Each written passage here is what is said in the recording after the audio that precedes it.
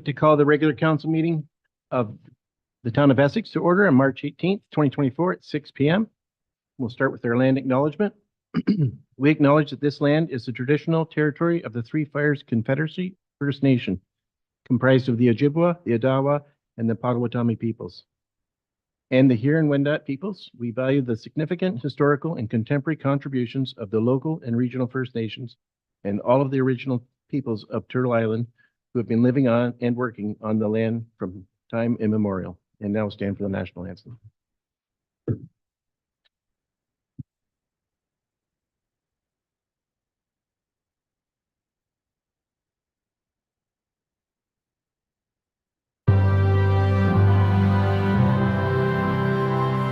Oh, Canada, our home and native land, true patriot love in all of us command.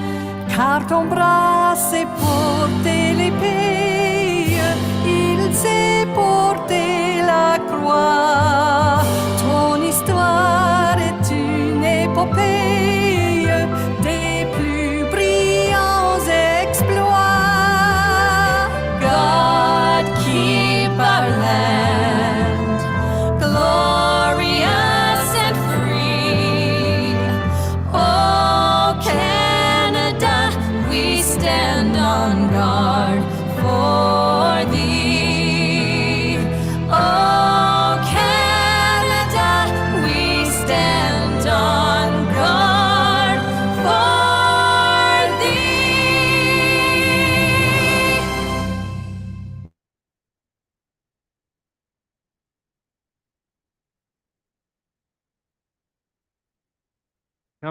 Director Malandriclo for closed meeting report.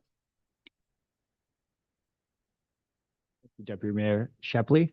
Through you, I can report that on Wednesday, March 6th at 9 a.m., Council moved into closed section pursuant to Section 292, 2C and J of the Municipal Act 2001 to discuss a proposed or pending acquisition or disposition of land by the municipality or local board and a trade, secret, or scientific, technical, commercial, or financial information that belongs to the municipality or local board and has monetary value or potential monetary value.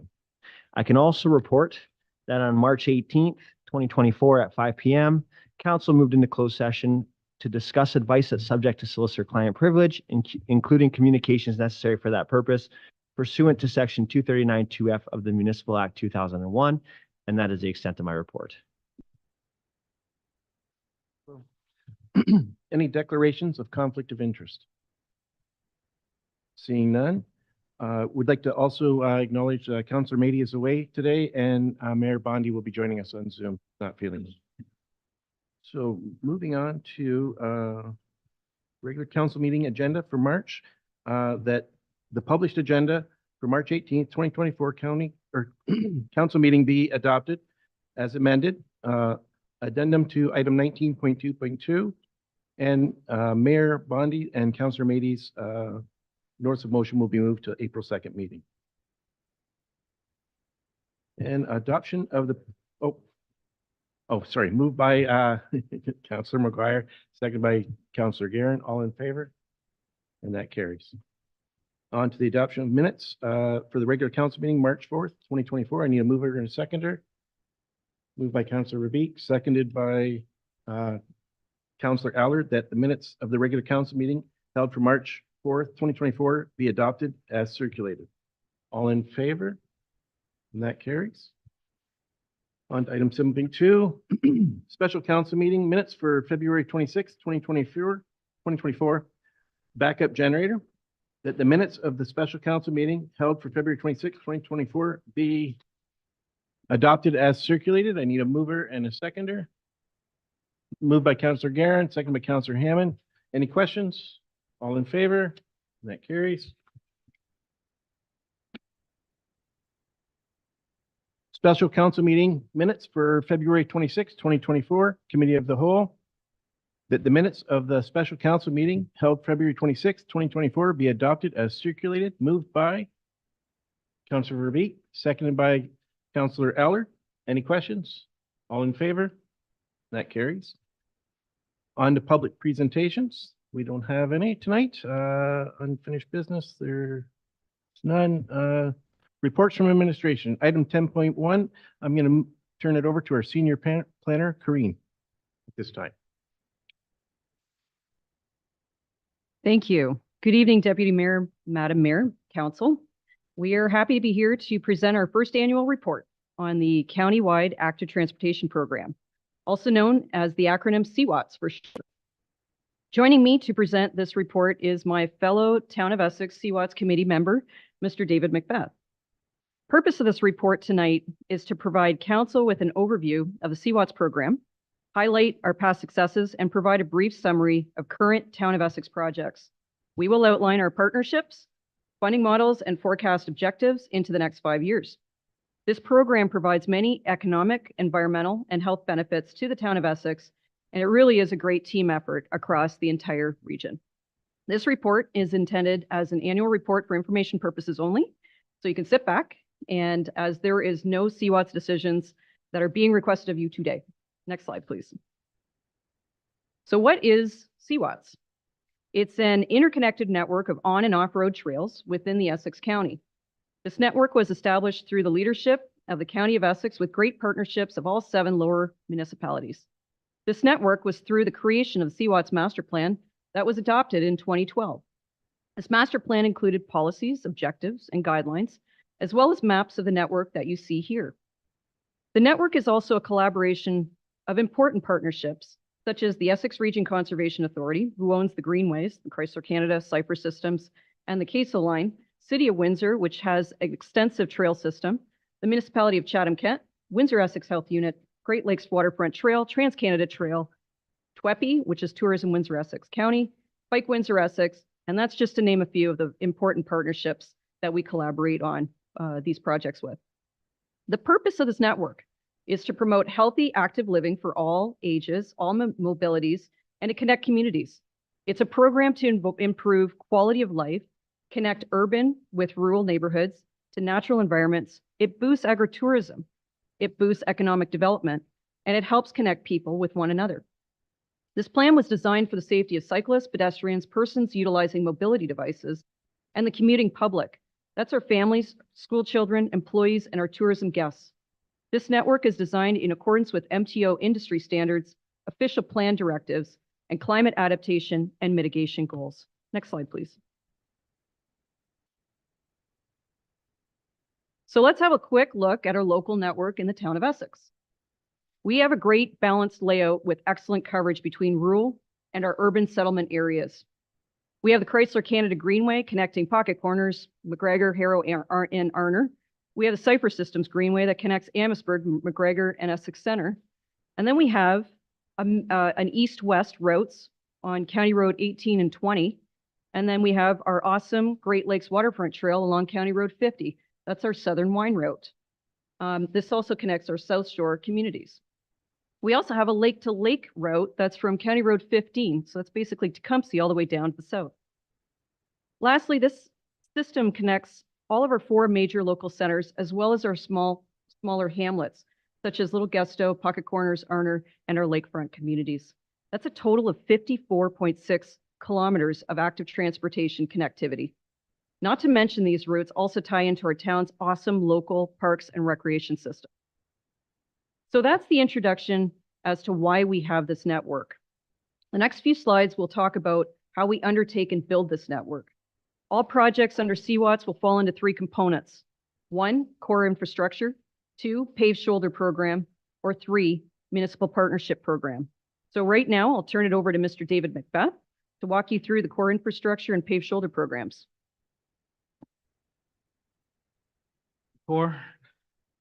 So our core infrastructure deals with the physical types of, next slide, please. Deals with the physical types of the different types of CWATS facilities. Currently, there are 7. And if you look at the figures, you go from left to right, the volume and speed of the roadways increases, and that also increases our requirement for separation with these facilities. So the first one that we have is signed routes, and those would just be normal roadways that have no separation, but there's an expectation to share the road, such as Albert Street. And then the next one we have are designated bike lanes and paved shoulders. So that would be like County Road 50. So that creates some separation from traffic and provides an improved rider experience. We have then one-way or two-way cycle paths, and those ones would be similar to what is on Fairview Avenue. That helps protect the riders by adding a curb as a barrier to so a bit more physical distance from the roadway. And then lastly, we have our multi-use pathways and trails, and those are like the Greenway and the future Maidstone Avenue pathways that are we're looking to have that will provide cyclists and pedestrians with a greater physical separation from motorists. Next slide, please. So in regards to cost sharing, so typically the County of Essex and IRCA, they bear the most cost for having the CWATS programs. However, when we do have, because they do, I should explain, because they are responsible for their own infrastructure and they are in the rural areas where there's no urban areas, they pay 100% of the costs. When we get into areas like County Road 50, where there's a bit of rural and urban together, we end up sharing with them at a 60-40 split. And those are some examples of those are the ones along in Colchester through the hamlet for the town there, Maidstone Avenue and County Road 50, where we're all sharing 60% of the cost. So when a trail is within the town's urban area on a local road, it is 100% the town's responsibility to pay for those trails. And then for shared projects, eligible costs for construction, fees for professional and consultants, and other costs that are considered to be direct and necessary for implementation are all cost sharing. And ineligible costs for the program are overhead costs, indirect or direct operating costs and administrative costs, things that we would normally have to do anyways, legal fees, maintenance fees, cleaning them of like snow and maintaining them. Landscaping is also not covered, and neither is property acquisition if we acquire property. All those costs are not a shared cost, it'd be on the town. Next slide, please. So for our paved shoulder program, this is in urbanized areas such as County Road 50, or it can be rural as well. But the construction of the CWATS paved shoulders must align with a proposed county rehabilitation program. So if the program is not, that road's not being redone, we're not moving forward with trying to do paved shoulders. We're working with the County of Essex to do that. And so by doing that, that benefits both parties by providing cost savings. And these projects, when we move forward them, they're administered by the County of Essex, with the town only responsible for coordinating and paying our portion of the share. I'm going to pass it back over to Cor. Okay, thank you, David. So number 3 is our municipal partnership program. Oh, next slide. That's it. Or we use MPP for short. This program is included to create education programs that encourage the use of the network, as well as installation of facilities that increase the amenities and comfort for the network users. Examples of these types of projects include outreach programs that teach safe, active transportation for recreation and daily commuting geared to adults, children, and families. Our very own Cynthia Cakebread and her community services team have hosted many bike camps, bike rodeos, and glow rides to engage members of the public and teach rider safety skills. The MPP program also supports website and marketing materials for events like car-free days, climate change initiatives, and way to reduce your carbon footprint. This program also offers big savings, 50% cost sharing actually, on installation of these facilities, such as in this picture you can see here at the top. That's one of our new lighted pedestrian crossings at the Harrow community entrance. We also include accessibility features and amenities like comfort stations and washrooms that can also be have a 50% cost sharing through this program. We also install bike racks, bike lockers, bike repair stations. There's a picture of one with my bicycle in the middle of the picture there, and wayfinding signs like the one up at the top corner. Yep. And we also have benches that we put along the way just for the comfort of our users. The county typically sets a budget of around $100,000 for all the 7 municipalities to share, but this year they bumped it up to $150,000 for 2024. So the town of Essex has been a leader and a champion of this program since 2012. And we're very thankful to Essex Council for approving $25,000 towards this program in 2024. Next slide, please. So let's celebrate some of our past successes quickly here. Our very own Mr. Jeff Watson played a pivotal role in not only being one of the original members of the master plan team, but he also helped achieve the following major projects. The top photo here shows an 8.6 kilometer stretch of paved shoulders along County Road 50 East that created our South Shore Cycling and Winery Route, also known as the Waterfront Trail. The middle photo here shows 3.9 kilometers of bike lanes along our historic Old Dunn Road, which links Harrow and Colchester Village. And then there is also a 2.3 kilometer urban link from Harrow to the Chrysler Canada Greenway down to Dunn Road, all within Harrow. We also have those green bike lanes that are in Colchester Village that link Seawatts over to the Colchester Park and the beach and the marina. And then the bottom photo here is Fairview Avenue, which is a link that links up in Essex Center for our recreation facilities. So it really is amazing to be out on these trails and to watch how many people are actually using these cycling networks and pedestrian pathways. Next slide, please. So let's move on to our current projects. And these are pretty exciting. We'll start with County Road 50 West. If you are from the South Shore neighborhoods or Colchester or have driven down this road recently, you'll know that part of the roadway is in a deteriorated state. Historically, this scenic roadway has been of concern due to the narrow gravel shoulders, rate of speed of some drivers, and seasonal use of large farming equipment.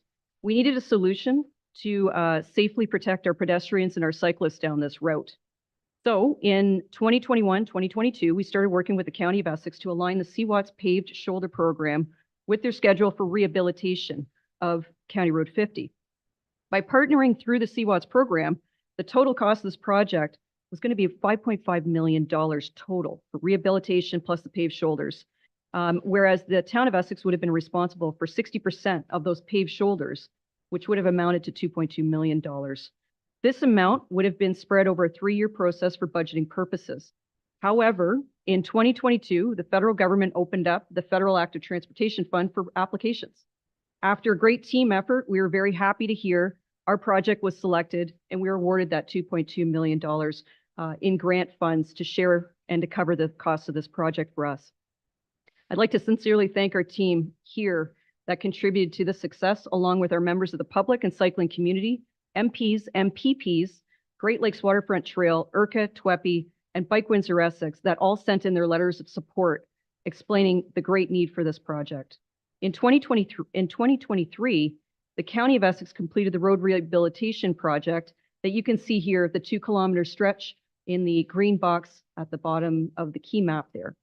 In 2024, they will continue on from Wright Road all the way to the boundary with Amherstburg, County Road 41, and that's the area that I've shown in the green box. So this last stretch finally secures a safe shoulder along our South Shore. It will connect Lake Erie communities to one another, and the grant was a huge milestone win. But it also allowed some spin-offs to fund other needed projects in the town. So a huge thanks to all the support, to council for supporting us, and moving on with the county to move this project forward. So now back over to David and talk about the next 2 projects.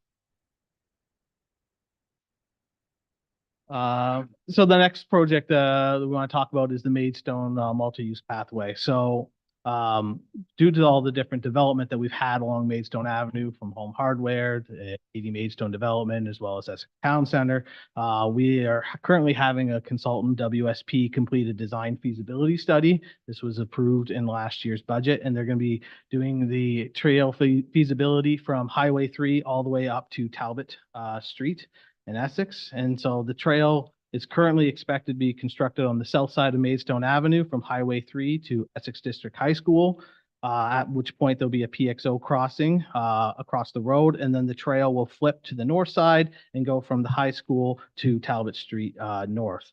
And then this trail is already being coordinated with our engineering design that was approved by council for the Maidstone Talbot intersection, and is also being looked at as well at the Maidstone South Talbot intersection as well, to coordinate with that when we are looking to add the extra left-hand turn lane in. when the engineering is started later this year. We also have a potential project that we're looking to bring forward in next year's budget for a local storm sewer along Maidstone Avenue to improve the drainage in the area around Thomas, Bell, and that have current drainage issues. And if it all works out well together, we'll try and put the trail in and have that as part of the works that we're doing. And we're looking to bring that to budget in 2025 or 2026, depending on the appetite of council. Next slide, please. The other current project that we have ongoing is another feasibility study. So as Cora had shown various different maps, we have a piece of trail that is not completed along Talbot Street from Gosfield Town line up to the Kingsville town limit. Kingsville is paved shoulders and it stops, and then we don't have them in our town. So we've looked to do we are looking to have a consultant, likely WSP again, do a design feasibility study for that section. And that would follow probably after Maidstone Avenue as the next piece of Sea Watch Trail we'll be looking for council support on. So paved shoulders are needed for the safety of this highly traveled route for the local residents and cycle tourism. And there is already paved shoulders, as I mentioned, from Kingsville. And this would be the last piece that is remaining for a trail that goes all the way up to Niagara. As I mentioned, there's no immediate timeline for this, but we're also going to try and tie this in future infrastructure improvements as well, if we can, to try and save on costs.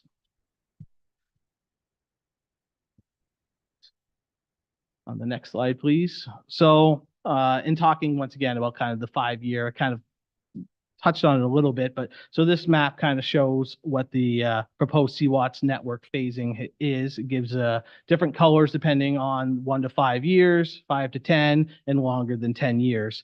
So I just do want to, mention that this doesn't mean that we are forced to stick to this schedule. This is just a proposed plan as part of the CWATS master plan, and it is up to council whether or not to allocate the funds.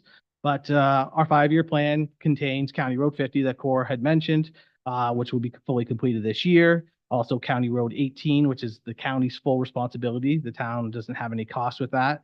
Maidstone Avenue and Talbot, which I've mentioned, which would be a 60-40 split with the County of Essex, are also kind of within that 5-year plan. Midterm projects in the 5 to 10 year range include County Road 15 and County Road 20.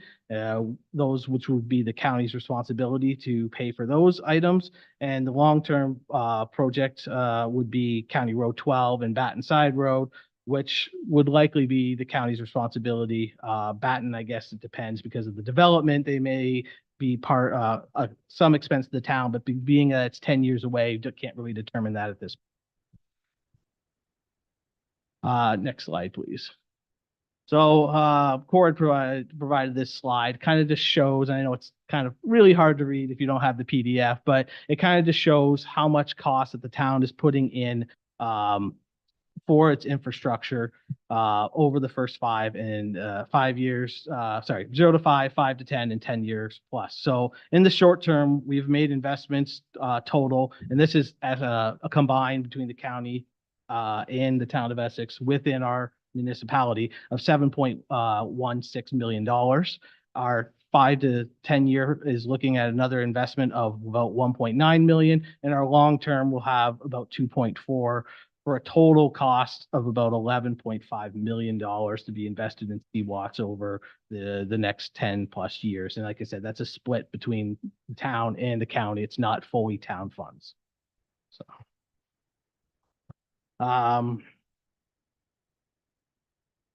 And I think that's all I have. So I'm going to put it back to Cora. So looking forward, what are our future projects? First one that I put on the list here is the exciting Queso Line Greenway. So right here in Essex Center, we have the old Queso abandoned railway line. Queso stands for Canada Southern Railway, which historically ran from Windsor to St. Thomas over to Niagara Falls. We had amazing news in September 2023 that IRCA was able to purchase the Queso segment that stretches from Windsor, Essex, and then to Comber. So you can see the location of the Queso as it passes through Essex Center, labeled it in the dark green there. You can also see the Maidstone MUP and also the Cypher Systems Greenway, and everything really converges at that center point in Essex Center. It passes also through our Heritage District or our Heritage Park, which has the Essex Railway Station, a new pavilion, and also new washroom facilities. So it'll be a great flow of trail systems actually right through Essex Center. So IRCA plans to construct the Queso line as a multi-use trail that will equal the quality of and link up to the Chrysler Canada Greenway, that's the Trans-Canada Trail, Cipher Systems Greenway, Herb Gray Parkway, and the future Gordie Howe International Bridge Binational Trail. So we are very lucky in the town of Essex to have so many of these major trail systems, environmental corridors, and park systems all nearby and within easy access. So we look very forward to working with IRCA and the county on this future project. We don't have any dates or anything like that yet for this project, but we're looking forward to it. Next slide, please. And lastly, what are our future projects for the MPP or the Municipal Partnership Program? One of the things that we're looking at doing is creating hub stations. These are all about installing amenities for the comfort of our network users. So we have some regional parks within the town of Essex that are very important. They have access to easy amenities, restaurants, local history, and tourism attractions, and they're all nearby. And what we're looking to do is making hub stations out of Colchester Park, Harrow Community Greenway entrance, McGregor Coan Park, and Essex Center, the Heritage Park that I mentioned. Items we'll be looking to install these items are fix-it stations, bike lockers, racks, water refill stations, perhaps even some e-bike charging stations in the future, shelters for inclement weather, comfort stations, benches, and wayfinding signs. Next slide, please. So lastly, we hope that you're asking yourselves, what can we all do together? Just some simple things. Join us for a CWATS or a cycling event. Use the system for local commutes. Spread the word to your service clubs. Maybe they would be willing to help us fundraise for some of these projects coming up. We're always welcome. We're always open, I should say, for feedback. And if you have any ideas about improving the network, please give us a call. And so at this point, I'll just say thank you so much for listening to the presentation, and we're here for any questions. Excuse me, Senior Planner Green and Ms. Macbeth for that presentation. And at this time, we'll get a mover and a seconder, and then we'll open the floor to questions. I'll need a mover that we received the planning report 2024-07, and that it be moved by Councillor McGuire-Blaze, seconded by Councillor Hammond. And now open the floor to any questions. Councillor Hammond. Yeah, just to get a better understanding of the funding and stuff like that. So our Greenway, was it funded primarily through Chrysler Corporation and IRCA, I believe? Senior Planner Jason. Yeah, thank you very much. Thank you, Councillor Hammond. Through you, Mr. Chair. So the Chrysler Canada Greenway and the Cipher Systems Greenway and the Queso line, those are all dealt with through IRCA and through the funding that IRCA receives. So they do many different options or ways of gathering funds for obtaining those pieces of land in order to do these types of activities. Perhaps CAO Doug Sweet might be able to answer further on those questions or to add to it. If I may, I'm just a couple more questions too. I'm interested in how we were funded, how the Greenway was funded, and cost of the taxpayers, as well as like, I'm glad that we're finishing off Highway 50 for the rest of it, because that was 20 years we've been asking for that to finally get done. But primarily out in Harrow and Colchester, I know that our first initial contact with biking was through the Greenway, and then initiated the Highway 50. A lot of that was initiated due to the frequent loss of lives from our migrant workers. And the one to the long the done kind of perplexed me, but I'm glad it's there now. I'm just wondering how these were funded, and because I see how the funding's going ahead, I'm just wondering if these were on the same funding platform.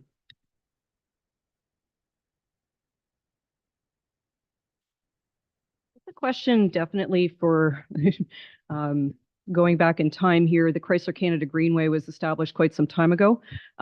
So it would be a question to talk to IRCA basically about their levy, perhaps what's going to it. Clean Water Green Spaces is another item that they gather funds from all of the municipalities that support IRCA and the county as well. And all those funds pooled together can help to establish a lot of these greenways and nature systems that we have in the area. There's also funding that they will harness through the federal governments and the Ontario governments, just as we did with this Active Transportation Fund. So there is a lot of grants out there that they do hone as well. And I guess if anybody else wants to add to that, perhaps CAO Sweet. For you, Deputy Mayor. Yeah, anything that Ms. Jason mentioned, like the IRCA Greenway, Queso Line, those are all owned and maintained by IRCA. So they fund those 100% usually through grants. In terms of your question about County Road 50, let's use the east, which happened a number of years ago. Yes, it was the same percentage of 60-40. That's how we had to do it. But we worked with the county because we didn't have the funding for 1 year. So we came up with a 3-year plan. And we had the same thing to do the west portion. We had established 3-year plan for funding model for our 60%. But as Ms. Chason said, we received a grant which covered our costs. Oh, you're not done? Done with the same thing, the 60-40 percentage. Follow up, Councillor Hammond? Director Gersvich. I want to expand on a point that Cora made in her presentation. So she talked about, and CIO Sweet just mentioned it as well, the Active Transportation Fund grant that we received, which was very modest when she described the grant because she was the sole author of it. So I think it's worth mentioning. She put a lot of time into it and first grant application as well, right? And so that was a pretty big win, $2.3 million on her first grant application. So good job, Cora.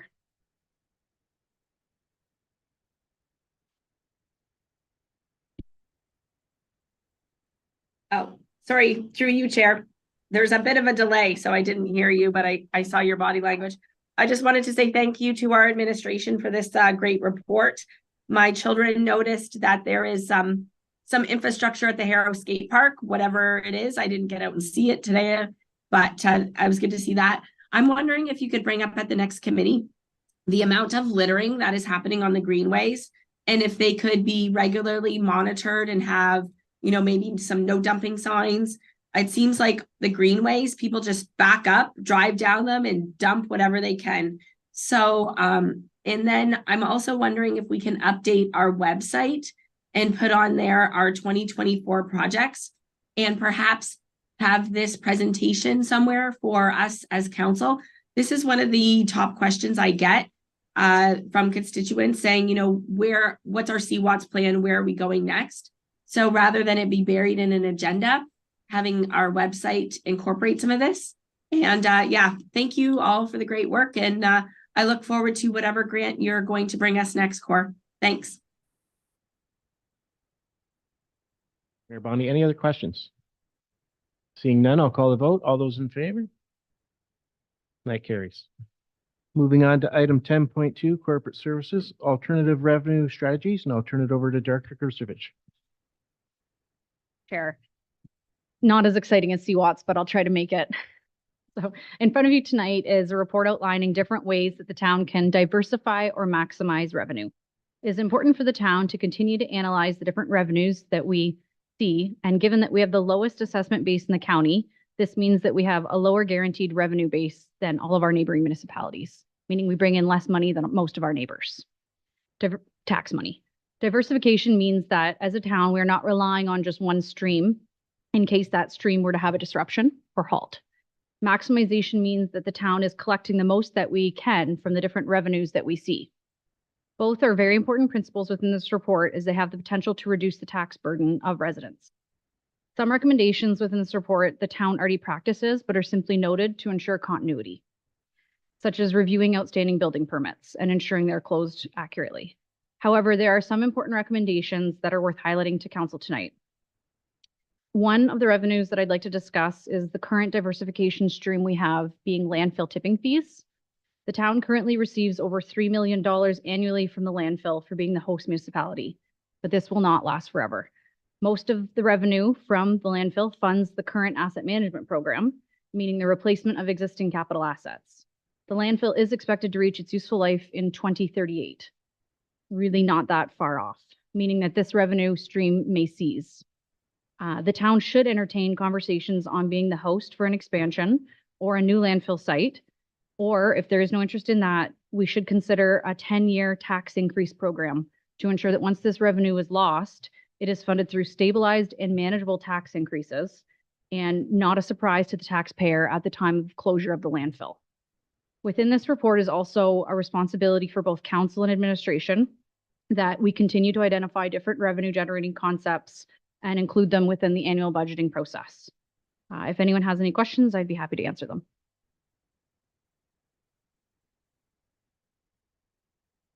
Counselor Hammond. Yes, is there room to entertain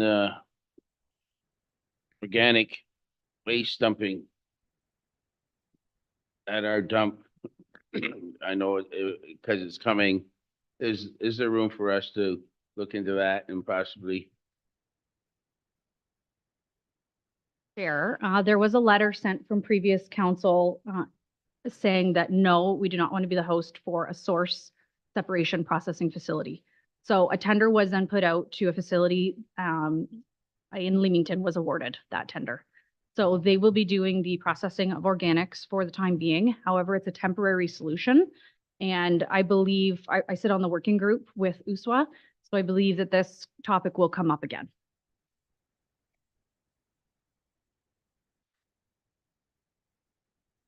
Time, am I correct in assuming that, in believing that organic waste from the greenhouses is continuing and will be continuing to come to our facility? The chair, that is the latest update I have. I will continue to keep council updated as well as our spot on the board being Deputy Mayor Shepley. So we'll keep you updated. Verbeek. Sure, thanks. Through you, Chair, Deputy Mayor. I just wanted to make clearly when I saw that come up, I'm like, oh, please, let's work harder to look at other revenue sources. I understand that when the landfill is full, that that source is going to dry up if we haven't found other avenue to replenish. But I mean, in 1987, that landfill was supposed to close, and then we signed on to host the regional, and it's grown and grown. And again, I've maintained a voice for the people of that community, as I'm one of them. So I will always oppose to, expanding or pushing out that, or when the time comes. Clearly, USWA has bought up all the farmland around it, so that's where they're going to look when it comes time for the expansion. But the deputy mayor, myself, and the mayor can attest to what the neighbors have been living with constantly. And as the waste ages, it just throws off more and more and more methane gas, and it's a hindrance to the well-being of the people around it. So I certainly hope that we, when the time comes, don't support expanding the footprint of that current landfill because it's already too monstrous. McGuire, please. Thank you through the chair. So just because we're talking about it now, at what point would the landfill come and ask us if we wanted to continue working with the land and expand it, or are we looking to close down? Like, at what point or how many years down the road do we have before we have to make that decision? Through the chair, I believe we'd be given ample notice. Because they would have to do it before any request for tender or request for proposal went out. CAO Suite might want to expand, but given what I've seen in the discussions with regionalization, I would assume probably 5 years notice before end of useful life, we would at least have at that point. And they have in the past brought up recommendations for locations similar to the source processing. Essex was one, being that it had synergies next to the waste depot. And then City of Windsor was also one they ended up going to market. So there'd be substantial notice. Do you have one more question? Add to Mr. McGuire's question, the anticipated population growth will that not bring that date sooner rather than later? Through the chair. So that date is really an estimate, right? Because it depends on people's use of waste, right? So if they reduce their waste, we could see that number expand. Not expand, but extend, right? So with source separation organics, we will see a reduction. And so we could see that landfill site actually be open longer because now the tonnage has gone down because organics is being diverted. It's all ifs, right? So at this point, this is the best estimate that they were provided. Does that answer your question? Yeah. Mayor. Really good questions from council.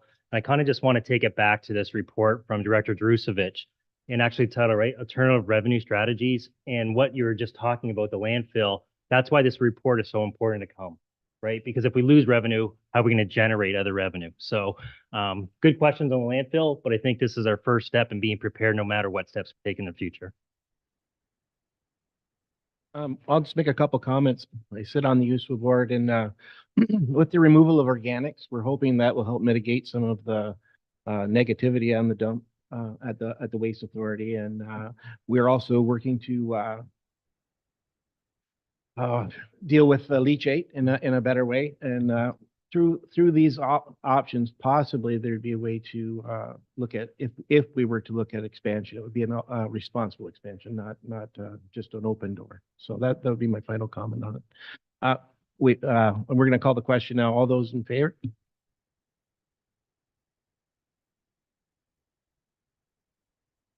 Did that? Oh, sorry. I need the corporate services report 2024-01 be received and that council approves recommendations and principles for alternative revenue generation reference within the report. I need a mover and a seconder on that. Councillor Guerin, Councillor McGuire Blaze. Any questions last time? Councillor Hammond. So for like recycling construction waste, I know we get a lot of those tipped into our dump. Is there any room to look into that?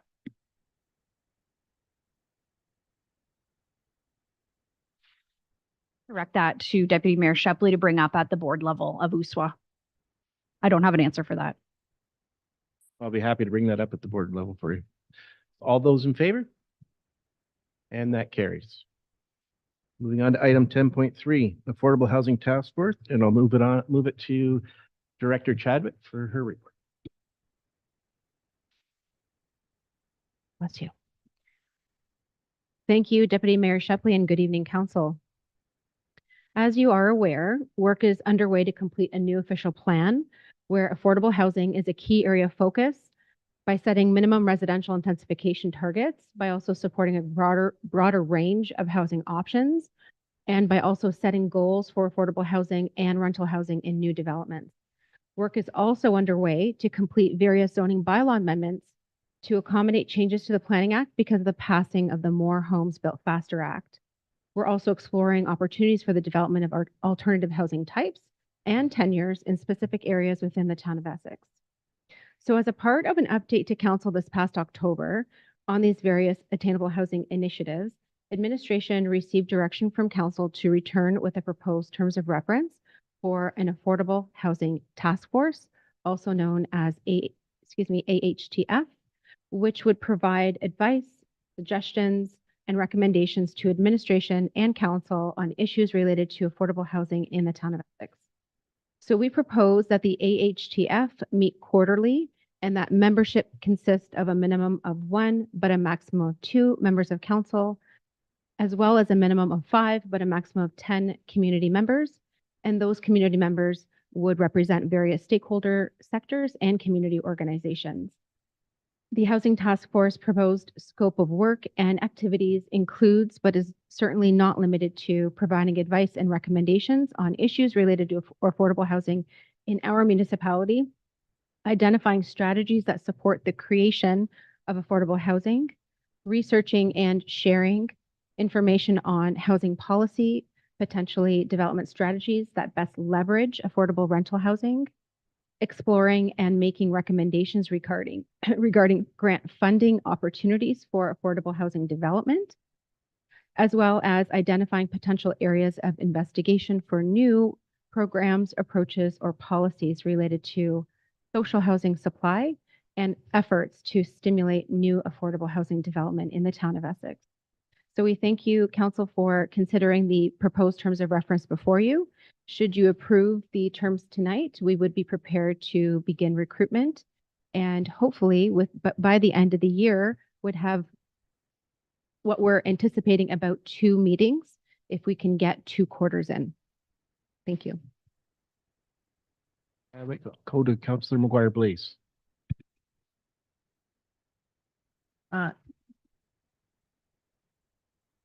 Thank you through the chair. It says in here, sorry, I was reading it and then I looked away. Community members representing various stakeholder sectors. Can you maybe explain what you mean by various stakeholder sectors? Are we looking at the general public or are we looking at developers? Like, what is the definition of that, please? For you, Deputy Mayor. Thank you, Councillor McGuire Blaze. So what we would envision for stakeholder sectors would be those private sector representatives, potential property owners or property managers that either own or operate or manage affordable housing or market rental housing, potential developers or landowners that have experience with residential housing development or real estate, and potentially experience in land use planning. When we look at the flip side for community sector representatives, those would be individuals that have potential experience in community and social housing. Chair. So my reading it seemed vague. And I don't want to see a task force made up of all general public people who are just looking for community housing. And they do have a say, they do have a voice, and we should have some of those members on the task force. But I would really like to see the task force made up of people with actual knowledge. And I think that's what we're going for here. I just want everyone listening to know that although we're giving a voice to the people who need the housing, and so they can say where they need it and what kind of housing they need, we also need the people who, have the resources to develop these housing and have the knowledge of how it's built and where to get the grants. And that's not going to come from the guy who lives next door who's looking for a house for his dad or his son. So that is built in here. I just want to hear from you that our task force is going to be made up of a good variety of skills. Yeah, so once the ads go out, all the appointees come back to the town striking committee.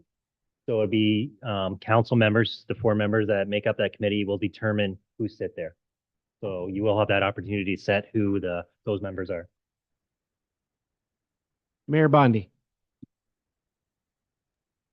Thank you, Deputy Mayor. I'm really excited to see this come to fruition. This is something that we've been working on since the former term of council. So I hope that we do get a vast variety of participants, and I'm sure we will. I'm sure it'll be like our climate change committee, where we had such a wide skill set that we were able to pick from.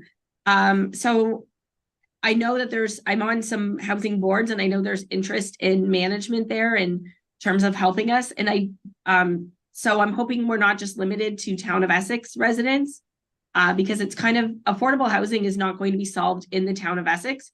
It's going to be solved in the county, in the region, in the province. It's much bigger than just our town. So I hope we don't limit us just to our boundaries. And I do have one question to Director Chadwick. When will AUD search, which came up from a resident idea for our town, when will AUD search be back up and running for us? Please and thanks. Deputy Mayor, through you to Mayor Bondi. So the first question was related to property ownership and or requirement to be a landowner or resident in the town of Essex. That is not a requirement to be a member on this task force. So to clarify, although it would be, it is not a requirement. Let's put it that way. It's not in the terms of reference as a requirement. The second question related to ADU search, additional dwelling unit, ADU search. So the current procurement of the data is in the works. We anticipate it's going to be a very quick turnaround. We anticipate in the next month or two, we should have our data back up and running. However, it will not be in the former ADU search page. It will actually be easier for residents. The data will be through our own GIS software and a layer that residents will be able to click on and open as a part of the GeoCortex that residents and counselors already use. So it's just a matter of clicking that box. So we anticipate in the next month or two, it should be up and running. We certainly will inform council. We will also have communications to the public to inform residents of what they can do to see about what ADU possibilities are there in their own backyards. Bonnie, did you have a follow-up? I see your hand still up. Okay, I'll go to Councillor Verbeek, please. Thank you, Chair, through you. The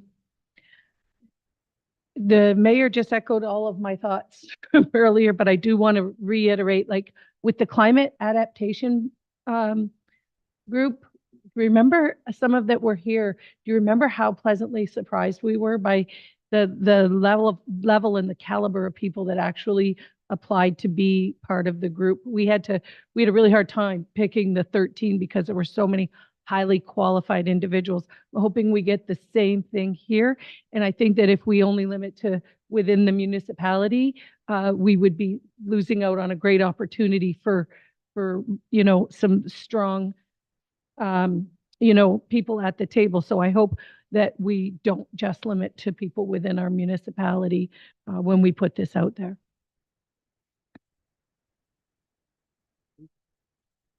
At this time, I'll need a mover and a seconder that Development Services Report 2024-02 be received, that the terms of reference for the Town of Essex Affordable Housing Task Force attached hereto be approved, and that the council direct administration to initiate the Town of Essex Affordable Housing Task Force recruitment process. Moved by Councillor Verbeek, seconded by Councillor Hammond. All those in favor? And that carries. Item 10.4, Annual Development Update to Council, March 2024, and I'll turn it back over to Lori again. Chadwick, sorry.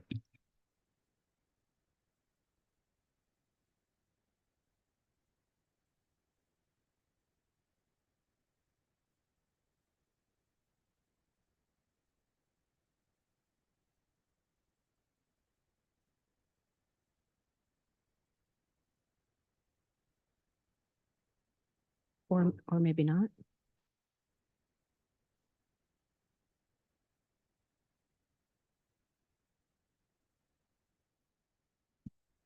Thank you. Thank you, Deputy Mayor. I'm over here. Okay, so. Thank you for your patience. Just going to pull up my notes here. Okay, so as you know, once a year, the Development Services Department presents an update to council on the various major residential, commercial, and industrial development projects. Some projects are under construction, some are in the planning stages, and some may be conceptual. But we believe it's a great opportunity for you to see what's happening or not in terms of growth and development around town. As per usual, I will be toggling between the presentation and an interactive GIS mapping tool that has been designed and implemented by the very talented Kevin Huff, our GIS technician. So if okay with you, Mr. Deputy Mayor, we can take questions as we go and make this as informal of an information session as possible. So we are going to get started. Bless you. We are going to get started with Essex Center. So in Essex Center, we have several residential. Oh, by the way, the presentation is divided by ward as well as divided by residential and then commercial industrial developments. So we will go through residential first, and we're starting with Essex Center. So in Essex Center, we have Essex Town Center. I'm just going to move this down here. So Essex Town Center, which is located along Maidstone Ave. And that particular development, currently, as we know, phases 2, 3, and 4 are completed in terms of construction. I'm sorry, I meant to say phases 1 and 5 are completed in terms of construction.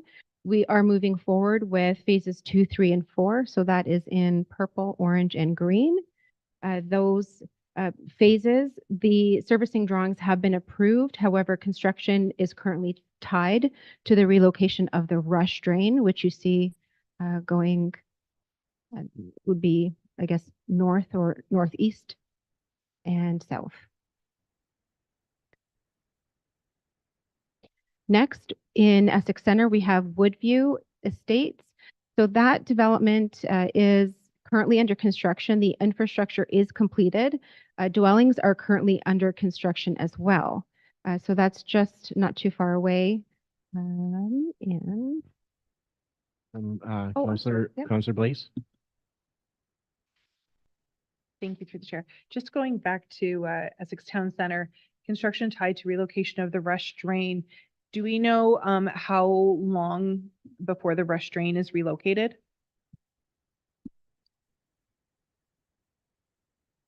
Thank you, Councillor McGuire Blaze. I would actually defer, if I could, to Director Gerard to speak to that matter. Through the chair. So the rush drain is currently undergoing a new Section 78 report. We're waiting on an opinion from a professional engineer consulting firm that deals with geotechnical and contaminated soils to publish that report. At that time, it will be considered and it will follow the regular drainage process. We're expecting that to occur, the Section 78 to be completed probably by Q3 this year.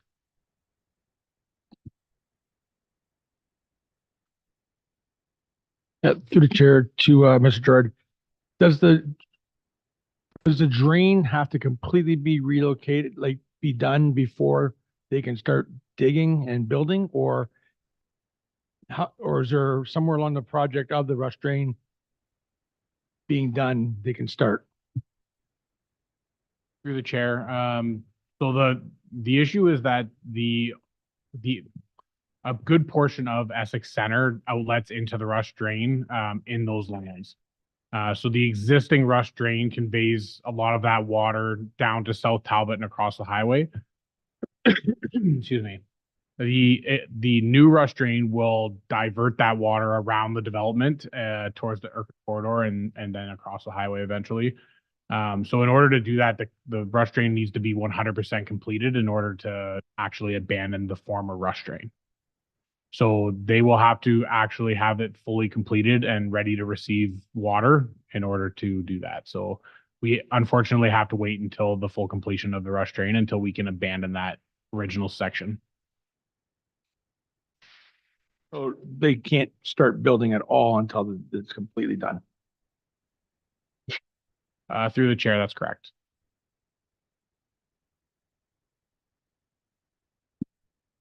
Thank you through the chair.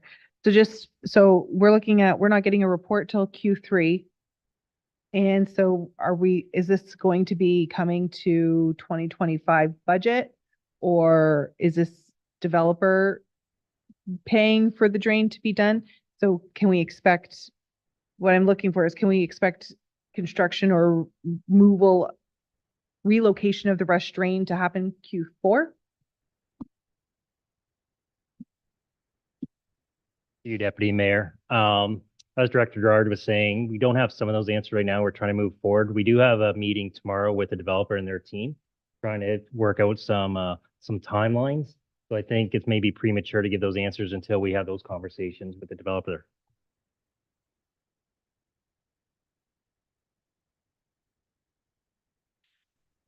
Okay, thank you. So we were on Woodview. We will move to Maidstone Ave. So this development along Maidstone has 42 semi-units as well as townhome units. So that's in total. Infrastructure has been essentially completed or is close to completion. They are what we understand, what we do understand, awaiting hydro and gas, and there are a few deficiencies in civil works. So that is, I don't have a PDF to take you to, but that is just along Maidstone here. Moving forward, something worth noting. So in Essex Center, the Victor Street Apartments, so that construction has been completed. Occupancy is imminent.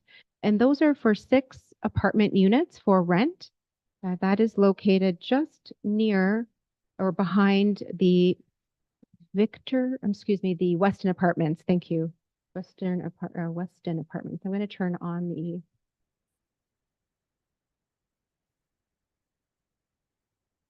there we go.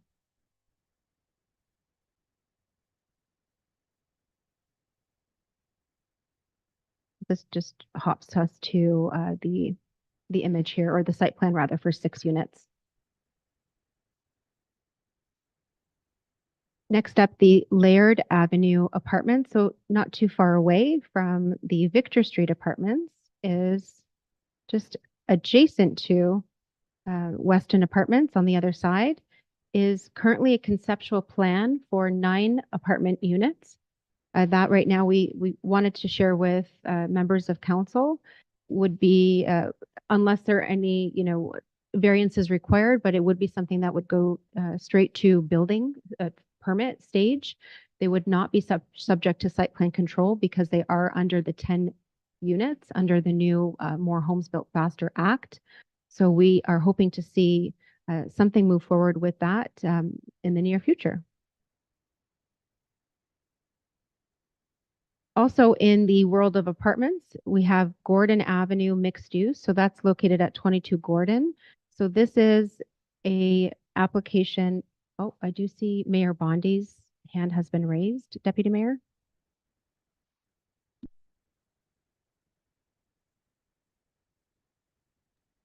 Thank you. Through you, to the chair, the 9 apartments not having site plan, do they still have to have adequate amount of parking? Because we're just going to make that area. I'm kind of disappointed to see that there. I wish there was more parking there. So is there any comments on the parking? Thank you, Mayor Bondi.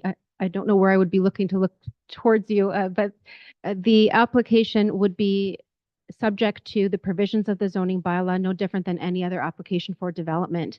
If they cannot meet the requirement for number of parking spaces, and if you recall, council made those changes to number of units for tenants as well as for visitors. If they cannot meet that requirement, they would require a minor variance application, which is heard by the Committee of Adjustment.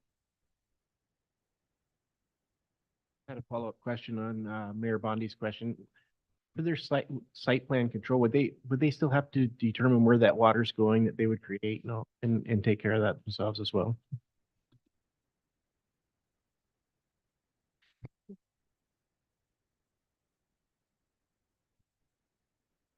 Through the chair. So how it works is because there is no site plan control application here, the town's infrastructure department doesn't actually review servicing on the property, which would include stormwater management. So this building would solely fall under the Ontario Building Code and not subject to any town policies like that.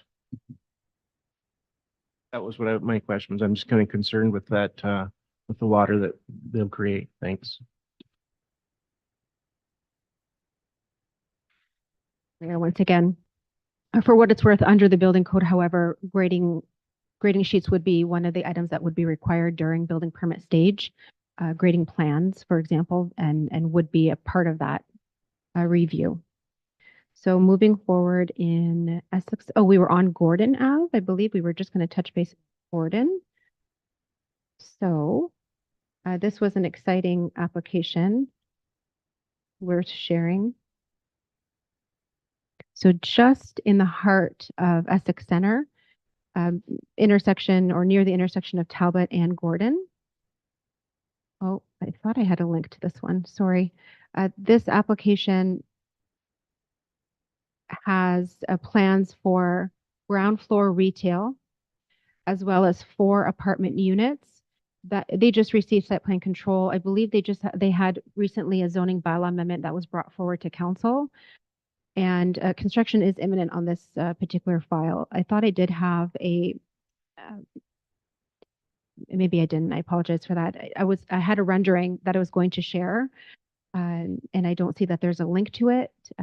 If it comes forward down the road during my presentation, I'll be sure to share that with council. Moving forward in Essex Center, a concept that some of you may be aware is that the former Home Hardware building on Wilson Ave, a developer has purchased the property and studies are underway in preparation of something, either a draft plan of subdivision or a draft plan of condominium, as well as a zoning bylaw amendment application for the development of potentially 200 townhome and apartment units. So where that's located, if residents and council recall, the former Home Hardware building. So these lands here along the Urca Trail and just adjacent to Heritage Park. So the vision for this property is a higher density residential use. We feel that it would be in line with the official plan for intensification, especially along a walkable or within a walkable neighborhood. So the landowner would be required to rezone the land as well as go through draft plan of condominium or site plan control, depending on whether they're going to be ownership or site for rent. And lastly, within Essex Center is the Essex Nonprofit Housing. So preliminary input has been provided to Essex Nonprofit to initiate a rezoning as a part of attainable or affordable housing initiatives that we're undertaking. So if we hop to the property, it's anticipated that a few of the properties where Fairview Avenue kind of bends into South Talbot Road, that some of these properties may be redeveloped for a townhome or a 2-story structure of some sort. We are very much looking forward to working with Essex Nonprofit on that. I don't have any conceptual plans at this time, but certainly something that both parties are very excited to work together on.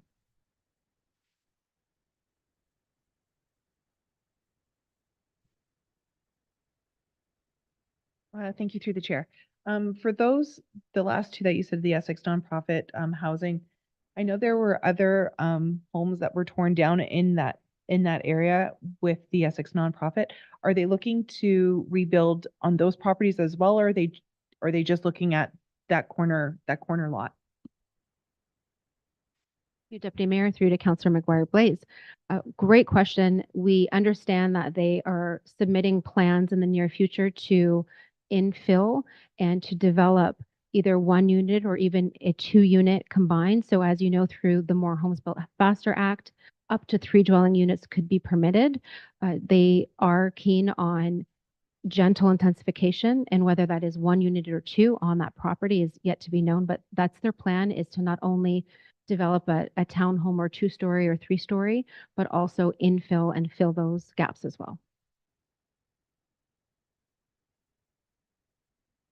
Yep, through the chair.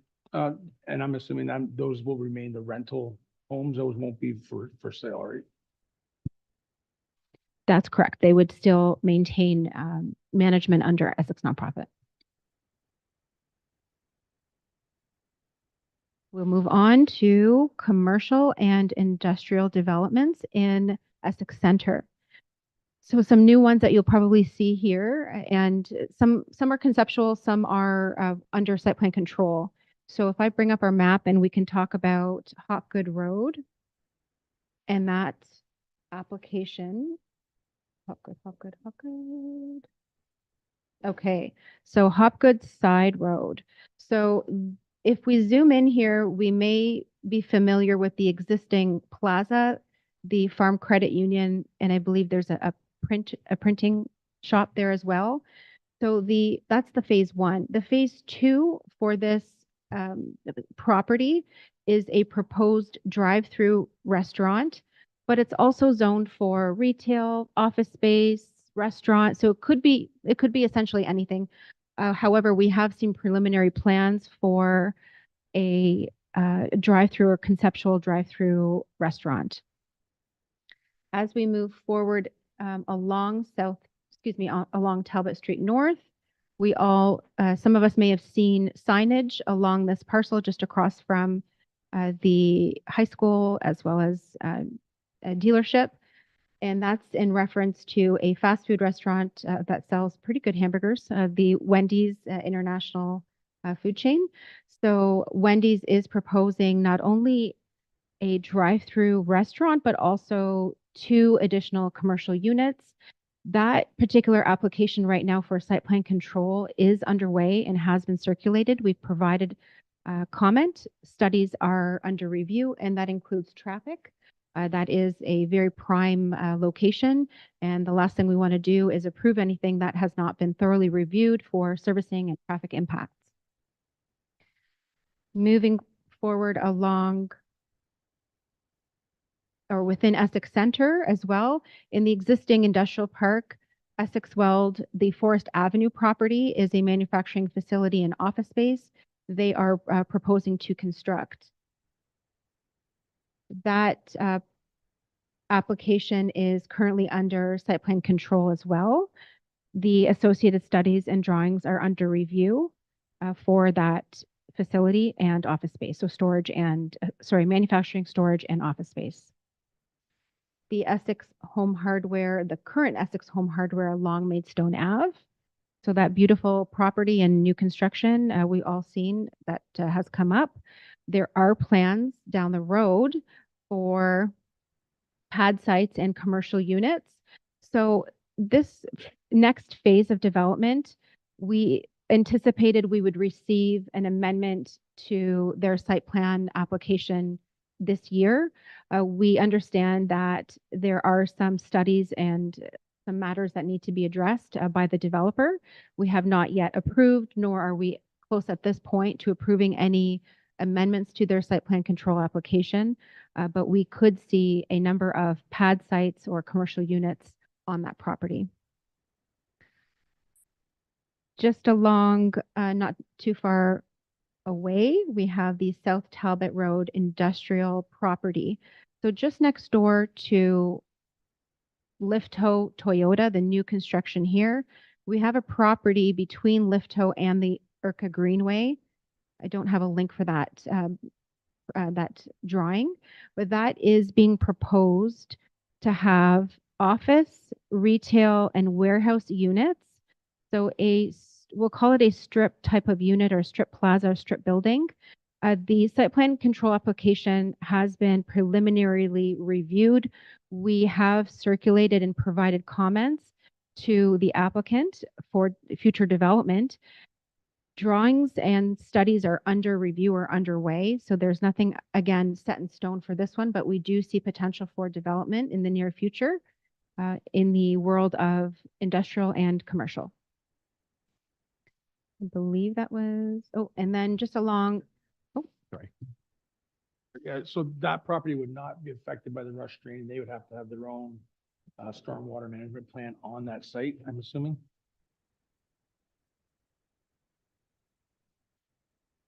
Through the chair, excuse me, yes, this site would be subject to site plan control.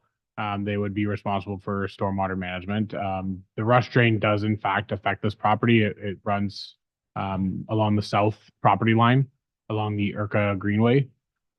So there will be setbacks that they'll have to meet in order to build within a certain distance of the rush drain.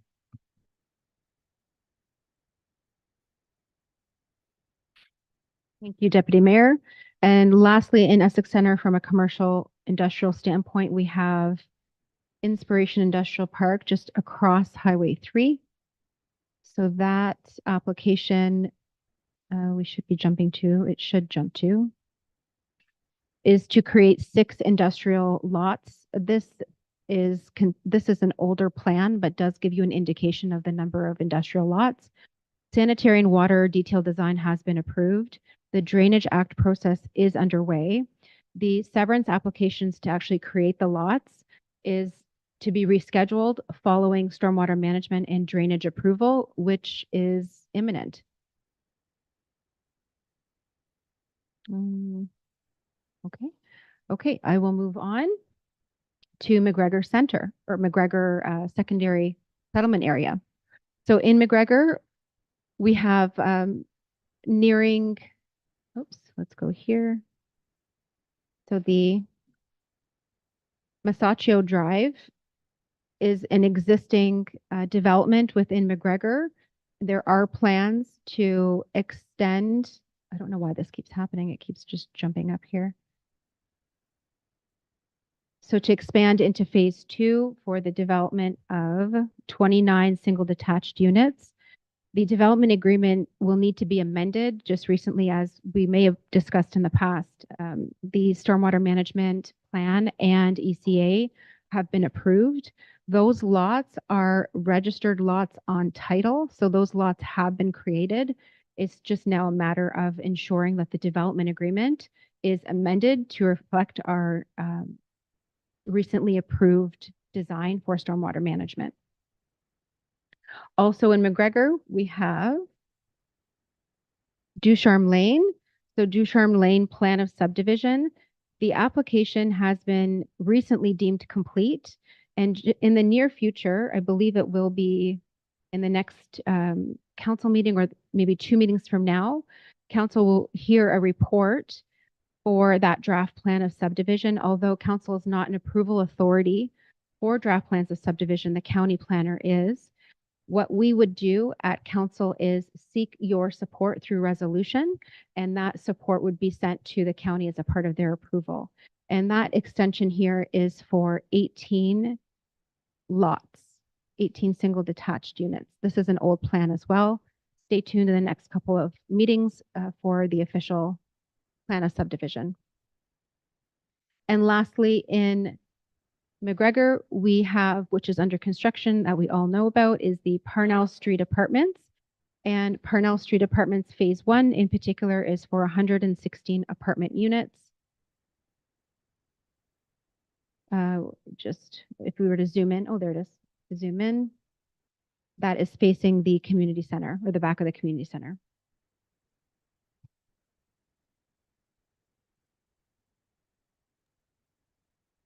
Thank you.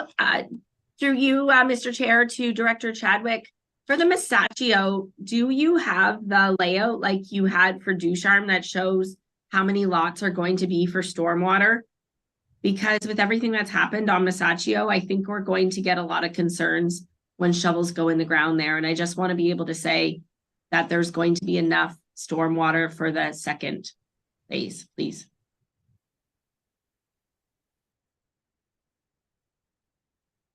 Thanks, Deputy Mayor, through you to Mayor Bondi.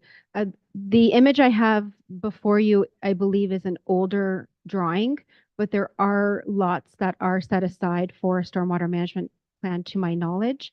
I will defer to Director Gerard. I believe it may be in a recent council report.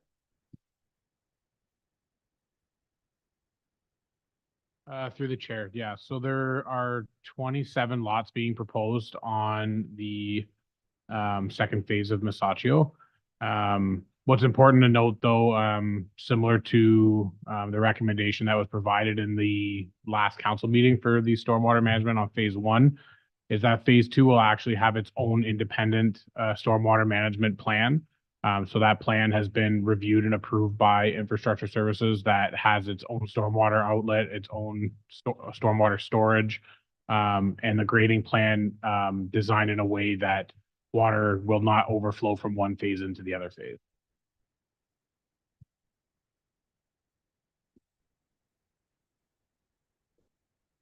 Okay. Thank you, through you, Chair. I'm just wondering, do we have a approximate completion date for the 116 apartment units? Councillor Hammond, I do not. I will follow up with our building team. As you know, construction is underway. I don't know when anticipated occupancy is, but if we do have any idea, I can follow up with council.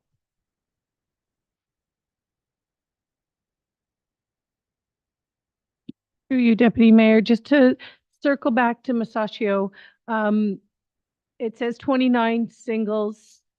I'm not sure if it's a typo or if Director Gerard, you said 27. So I'd like clarity on it, which is accurate. And also because as you stated, Director Chadwick, that is an old rendering. I'm wondering if in the near future we could get a more current drawing.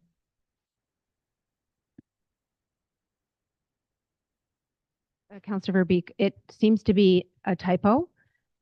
And we will circulate the most up-to-date plan of, well, the lots are already registered on title, but we will circulate and ensure we identify which lots are to be for the block for stormwater management.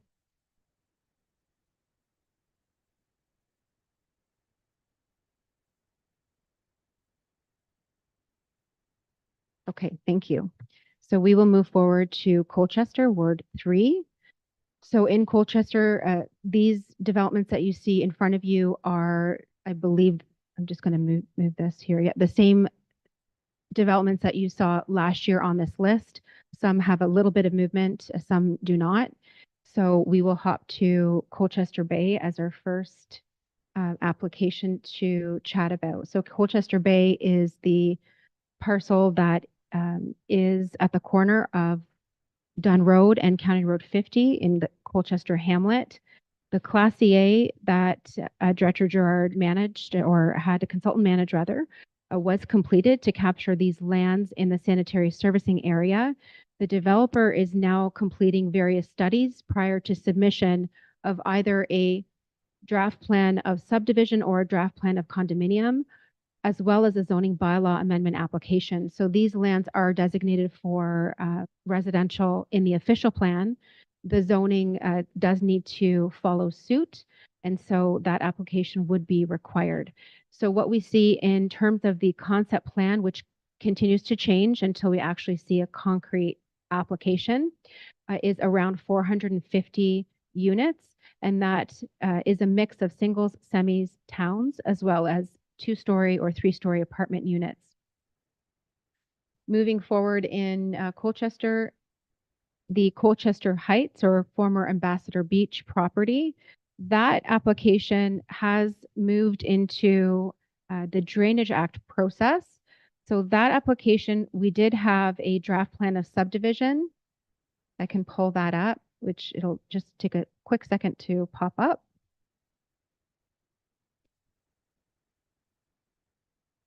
There's a bit of a delay here. Sorry about that.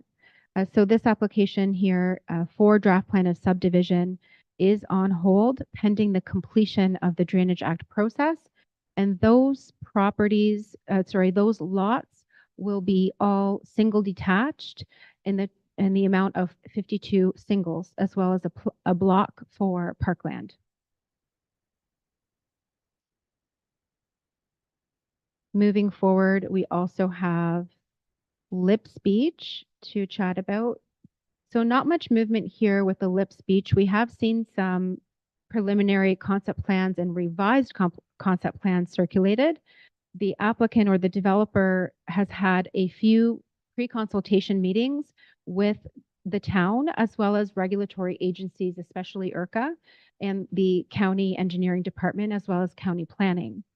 So that concept plan, the latest that we saw, had a anticipated number of units at 160, and these lands are all slated for low density residential, so we see them as single detached only. Not too far away is Wellesley Drive subdivision.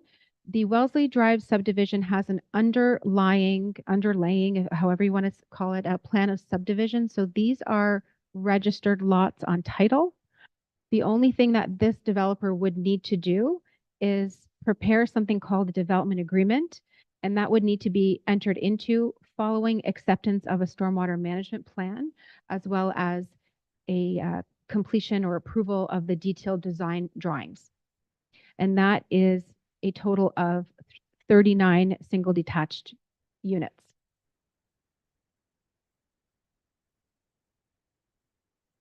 Heading west towards Amherstburg's town line, we have Levergood development or Levergood Drive here. The developer has also called this development Erie Shores. So this concept plan that we've seen, again, has just been circulated for a pre-consultation. Nothing I can share with you at this moment because it's very preliminary. The developer is looking at just under 100 single detached units. Some pre-consultation meetings have been held again with those regulatory agencies, especially IRCA, county planning, and county engineering. And just next door, a bit different here in that these lands called Erie Shores, they do not have an underlying plan of subdivision that has created these lots, so they would require a plan of subdivision application.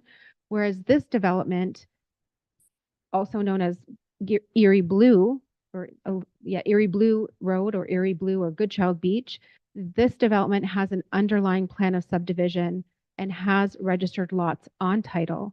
So that would, similar to Wellesley Drive, would only require a development agreement to be entered into following acceptance of detailed design drawings and stormwater management plan.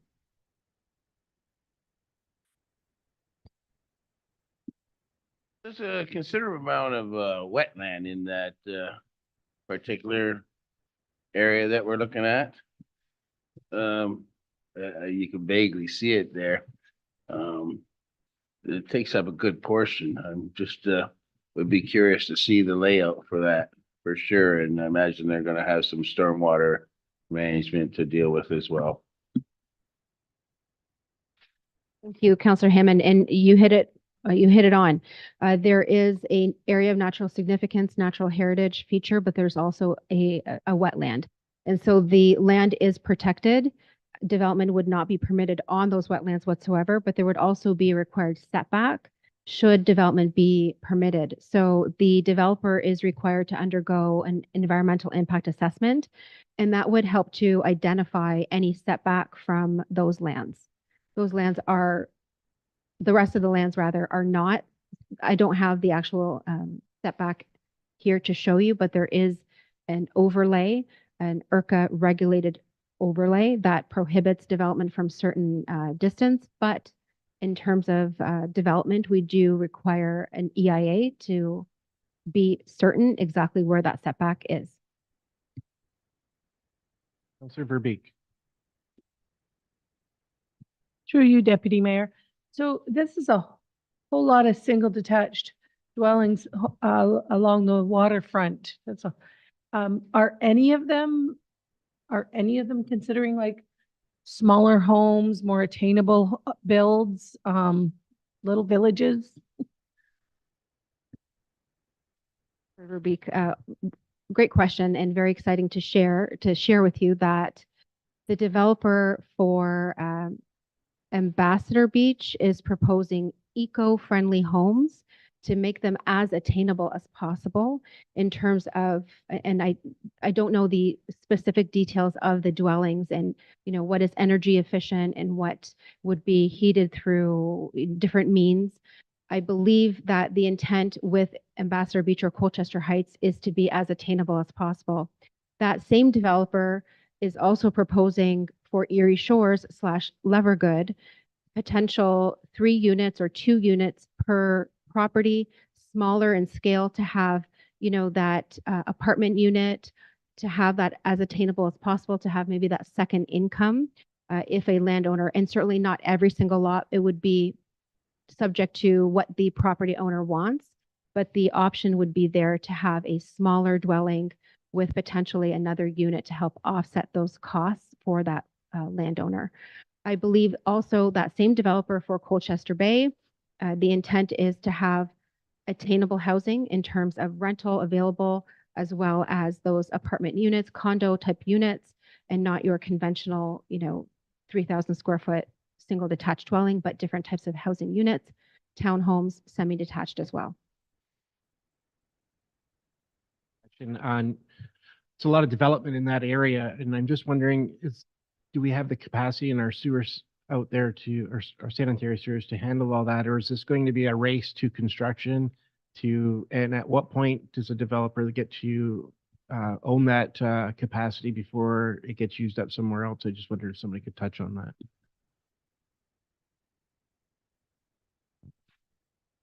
Yeah, through the chair. So it is always a race for capacity. What I can say is that the conveyance system itself, when it was designed by the Ministry of Environment and installed by them in the early 80s, was that this system, the piping itself was designed to accommodate the full population, the ultimate design for that area. However, the pump stations and the sewage treatment plant, which are the Colchester lagoons, were not, which is what triggered the need for the EA. As you can see, there's significant amount of development out here that would far surpass the sewage treatment capacity of those lagoons. So what that does propose, like what is proposed in the sewage expansion EA, is to build a mechanical plant very similar to the Essex plant on North Malden out at this site. Obviously subject to significant funding, council approval, environmental compliance, all those types of things. So yeah, it's always a race. But what I can say is that so with your question about when we allocate that sewage capacity. So sewage capacity is reserved when they achieve draft plan approval. So when the subdivision achieves draft plan approval from the County of Essex, that's when that is reserved until that draft plan approval lapses or the development occurs.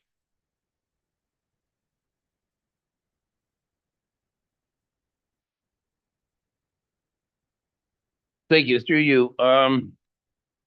So we're looking at pretty much all the farm property west of Colchester, south of Highway 50.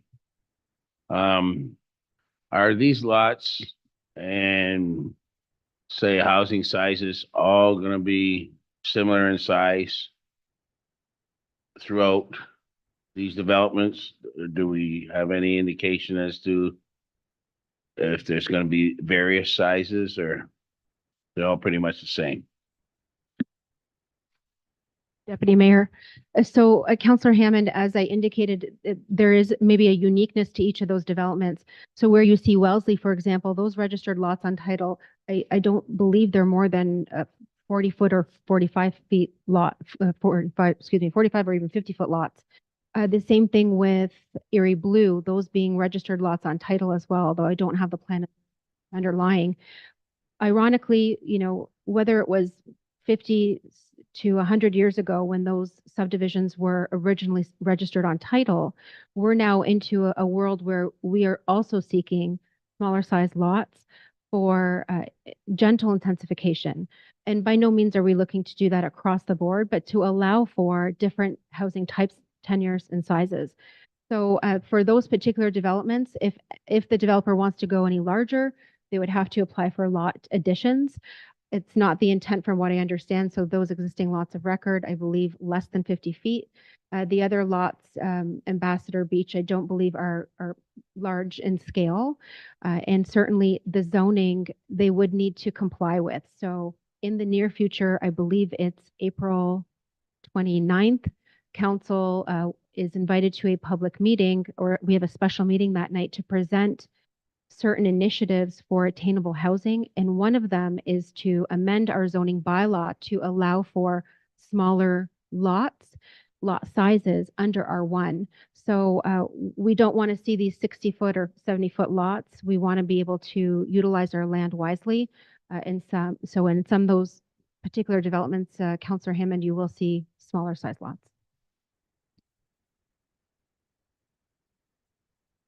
Okay, thank you. So we're going to move on. There's a couple commercial, industrial, actually they're agri-tourism in relation. This is just the heading for industrial commercial.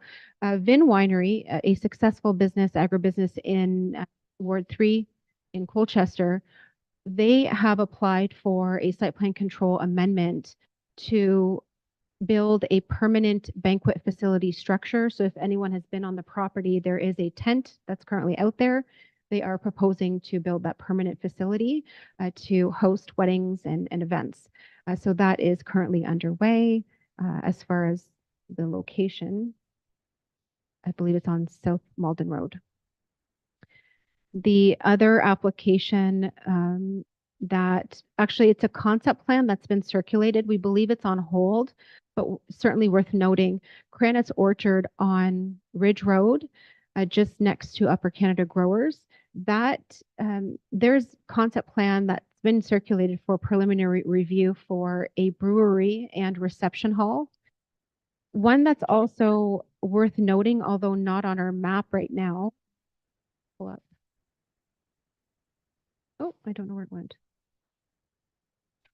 The other one is Carolinia Cider Co. So Fruit Wagon on County Road 50 East. I believe they are very close to receiving occupancy for a retail and tap room, or a tasting room rather, with residential units on top. So that is something also we're sharing with council. So construction of all of these ones, or both of these ones, are considered on-farm diversified uses, and certainly in support of our agritourism offerings within our municipality. I will keep going into Harrow Center. So in Harrow, for residential development, we have quite a bit that's still in the works. Greenleaf Trails, which is along Queen. Thank you, Queen. Let's just pull that up here. So you can kind of see underneath here the first phase of the development is under construction. Sorry, the infrastructure has been completed. The dwellings are under construction. So that first phase of Greenleaf Trails is made up of 52 single and semi-detached dwellings. The phase 2 for Greenleaf Trails, there are 12 semi-detached and townhome blocks that are draft approved. And then the future, so that's phase 2, I believe, goes this way. And then phase 3 includes 74 single and semi-detached. Those are in the pre-submission phases. So just sharing with you right now, the status of phase 1 for now is that the dwellings are under construction. Also in Harrow, we have Parkland Woods. So Parkland Woods, as you have likely seen, is the infrastructure is well completed. The dwellings are under construction for a total of 27 singles and semi-detached dwellings. And lastly, in the residential realm in Harrow, we have Sunset Gardens. So Sunset Gardens just recently received something called draft plan approval, and that was granted by the County of Essex. And that includes plans for 59 single detached lots. And essentially, infrastructure can begin at any point. I believe we haven't received a development agreement just yet, or entered into a development agreement for this development, have we? Not Parkland, Sunset Gardens. Yeah, and regardless, draft plan approval has been granted. Actually, we haven't. So one of the conditions of draft plan approval would be entering into a development agreement. So infrastructure essentially could begin in the near future. I will move to commercial and industrial development in Harrow. The Roseboro development, so that is within the industrial subdivision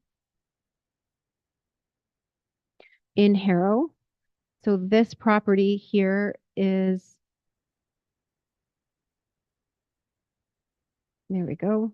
So there are plans to construct, it's a 2-phased mixed-use approach for a commercial plaza, a 2-story office building, a warehouse, a repair garage, and they even had zoning approval for a restaurant component. Construction has commenced on this development. Lastly, within Harrow, we do have Trimar they have proposed a door warehouse. We provided some preliminary review and input into that application. Site plan control essentially would be required, and those studies and drawings are to be submitted prior to any construction happening there. I don't know if I put that on here. I did not. So that concludes my presentation. Before we hop into the final slides on development charges, are there any other questions related to development? Councillor Verbeek. Thanks, Deputy Mayor. Through you, just about the door warehouse.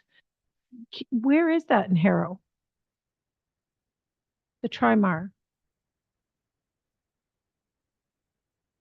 Thanks, Councillor Verbeek. Don't quote me. I believe it's on County Road 20, but I will get you an address and circulate that to council. Okay, sure. Councillor Guerin. Thanks to the chair. Yeah, so fantastic. Lots of stuff going on. 1,600 plus units, it looks like, not to mention a whole whack of commercial and industrial development, which is great.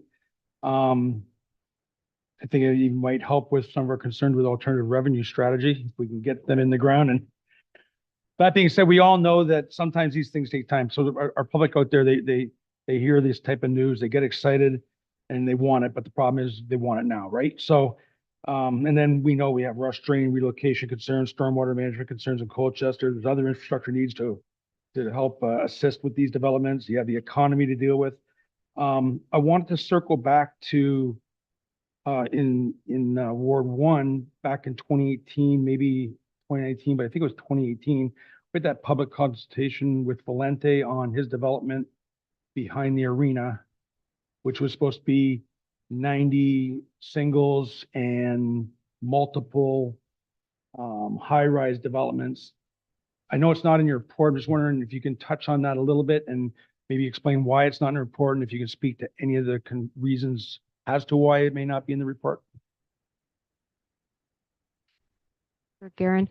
So that, I believe you're referring to Gianni Estates. That's the development in Essex Center, as you indicated, behind the arena. You're correct to point out that the property was removed from this, not because it was not moving forward, not because it is not a conceptual plan that hasn't, we'll say, launched off the ground. It is still zoned accordingly for single detached dwellings, as well as a multi-residential, a 6-story apartment or condominium unit or building.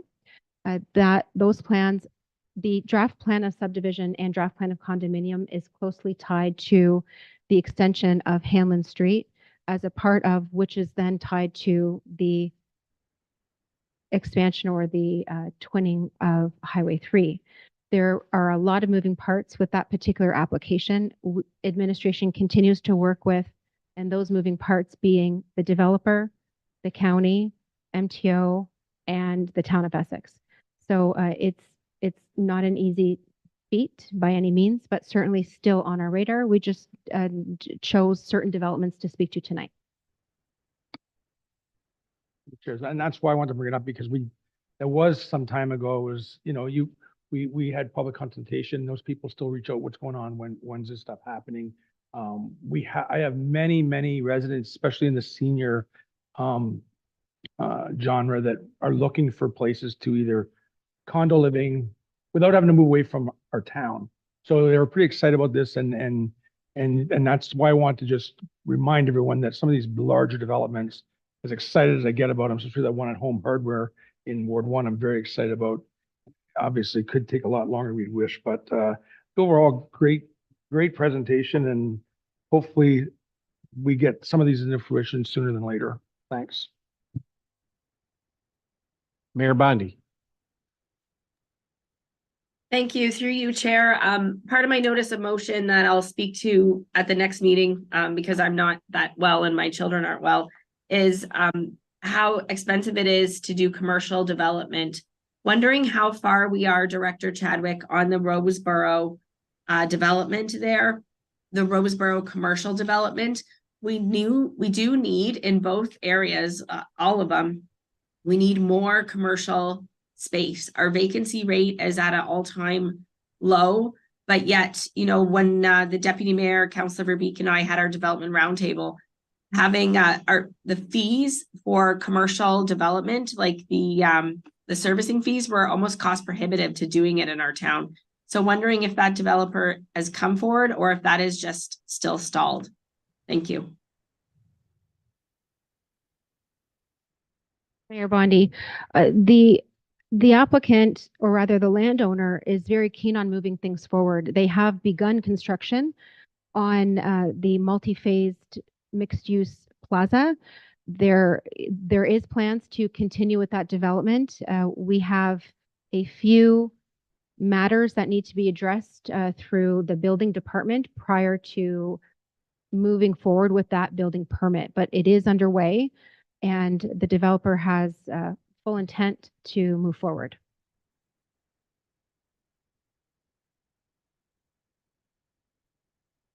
Mayor Bondi.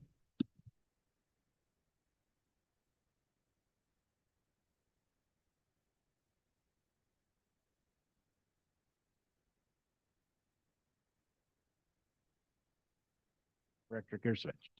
Thank you. Through the chair. So just a few slides here on development charges. So each permit that is issued comes along with development charges.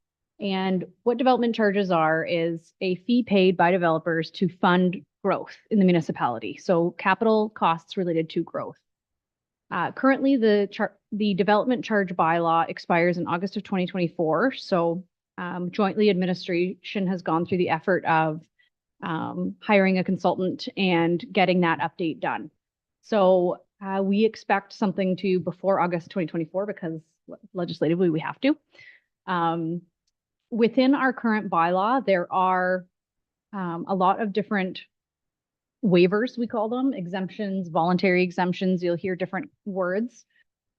Commercial, industrial, and institutional DCs are waived within that bylaw.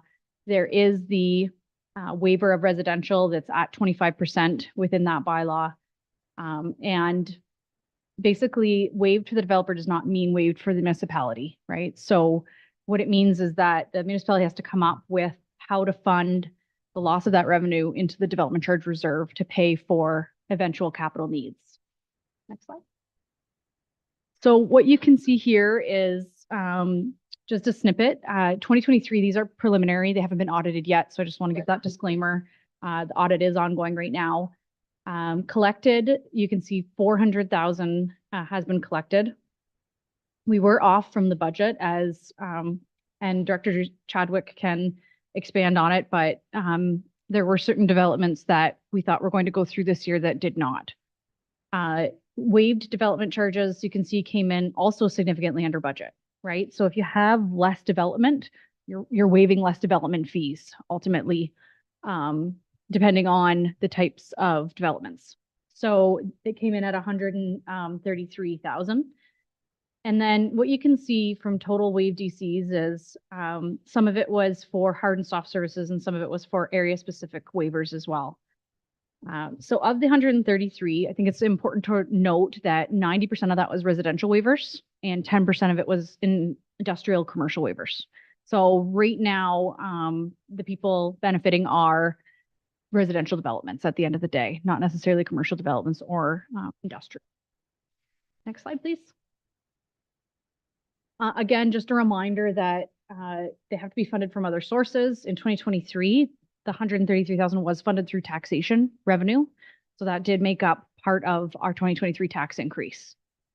Waivers have many benefits as well. They attract development. We've seen that in the past. But Bill 23 has been introduced, and in October of 2022, we introduced a report to council that with Bill 23, we need to consider reducing our waivers. We had much more beyond what Bill 23 was introducing, and it was becoming a pretty big financial burden to our taxpayers. So what you will see within the new proposed development charge study and bylaw is a reduction of some of those waivers to be in line with Bill 23. right? So there's many reasons for that. Bill 23 focuses on affordable housing. It focuses on provincial mandates. And so the goal is to align the DC background study with that as well. Next slide. I think that's it, actually. Perfect.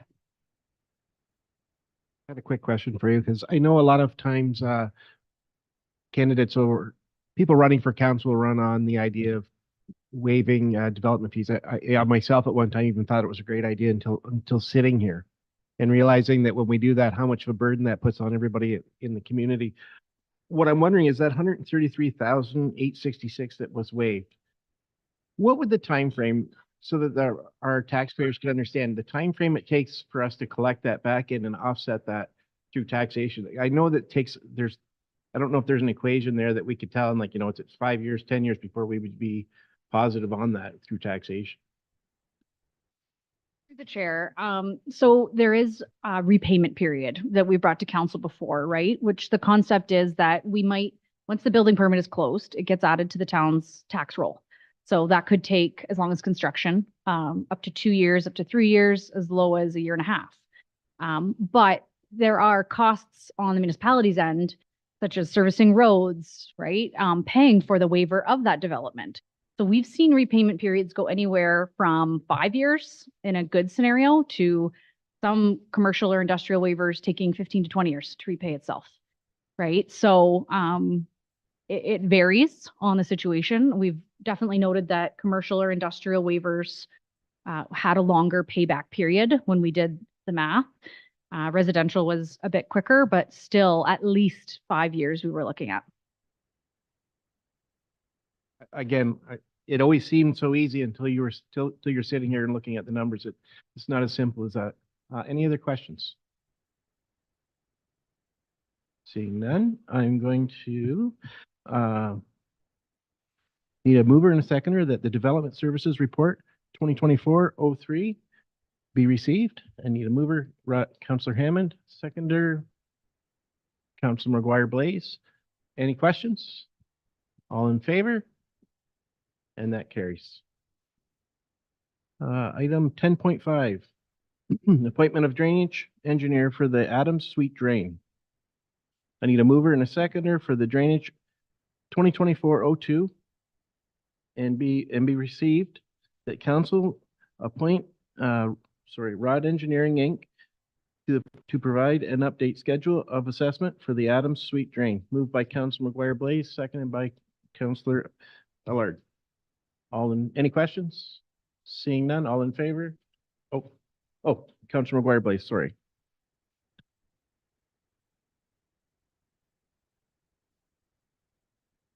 Thank you, through the chair. To Director Gerard, how can we use Rod Engineering? Do we have other engineering companies that we use? Is Rod just the standard? Do we put this out for tender? How is it that we are appointing 2 times we'll see the next one is Rod Engineering as well. How do we pick them? Through the chair. So it's Root Engineering has been appointed to many drainage projects probably for the last decade. It stems from a service agreement that was completed with Root Engineering for a designated period of time. So what we have looked to do, it's very difficult to attract drainage engineers to the town. Most of them are very busy. It's very difficult to procure them. We've managed to do it on off projects for where there's a sole sourcing justification. So for instance, we have sole sourced to other companies that have completed work on that drain in the past. So if that justification exists to go outside of our normal procurement practice. But with that being said, we did have a conversation at the council level late last year that the town is actually exploring the feasibility of creating a drainage roster, which would allow multiple drainage engineers to put their name on a roster with the town, that we could appoint drainage engineers related to their experience and their workload. That's actually out for public tender now. So we're hoping to come back to council with that once it closes and we have an opportunity to evaluate it.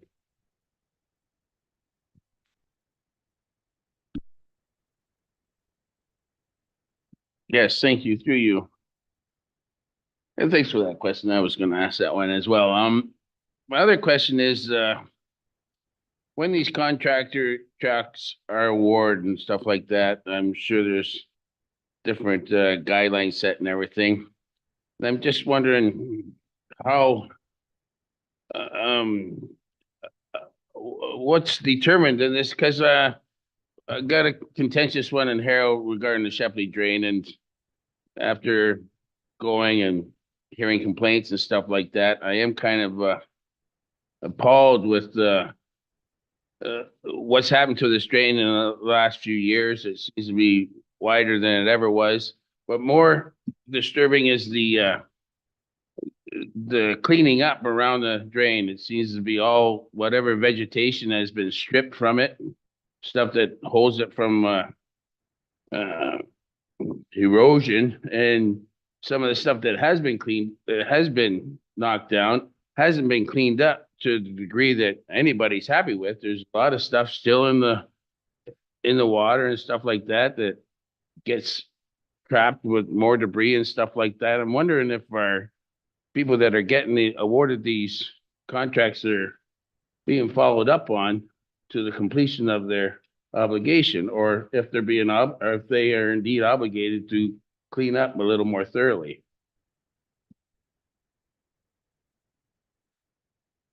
So this report is specific to the appointment of a drainage engineer. So this follows the Municipal Drainage Act. So this is something that council has to do as part of their role under the Drainage Act. Council has actually delegated the authority to the Drainage Board for everything but this appointment.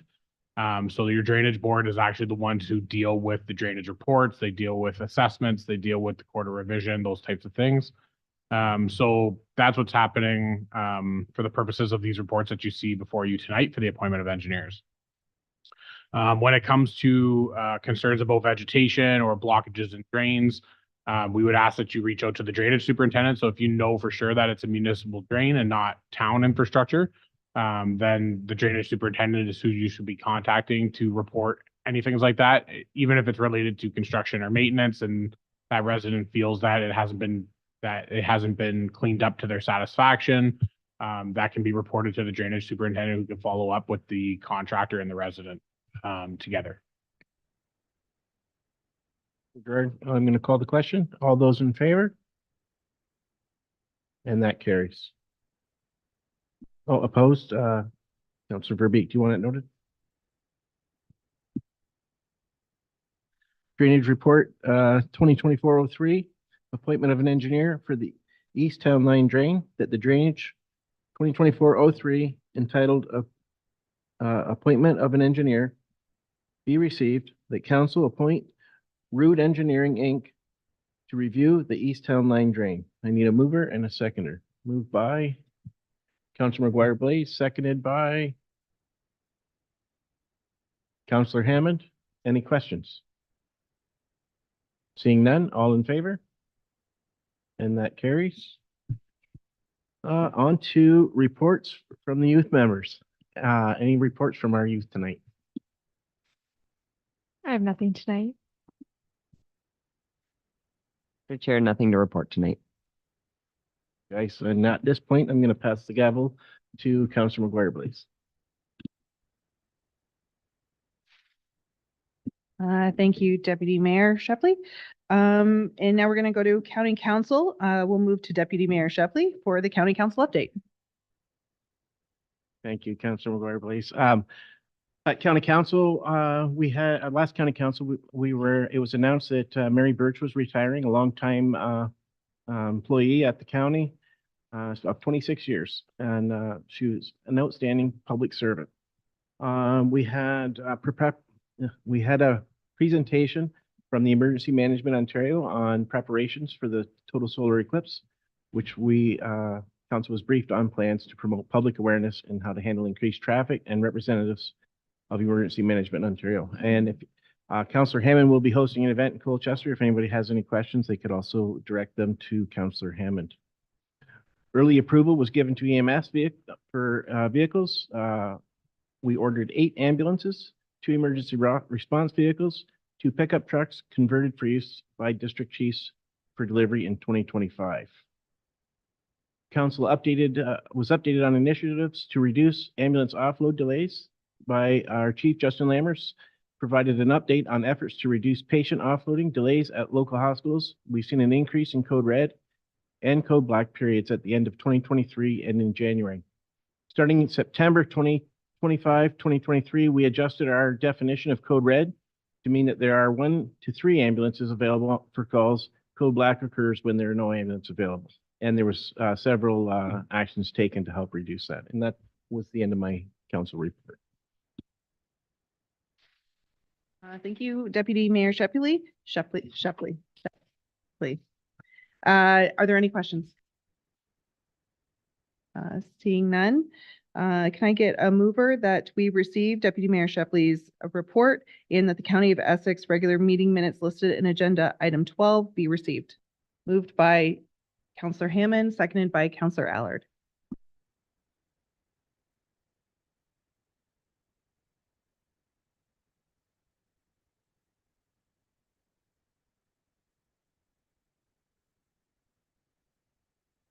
Got to 12.1, Essex County regular council meeting minutes.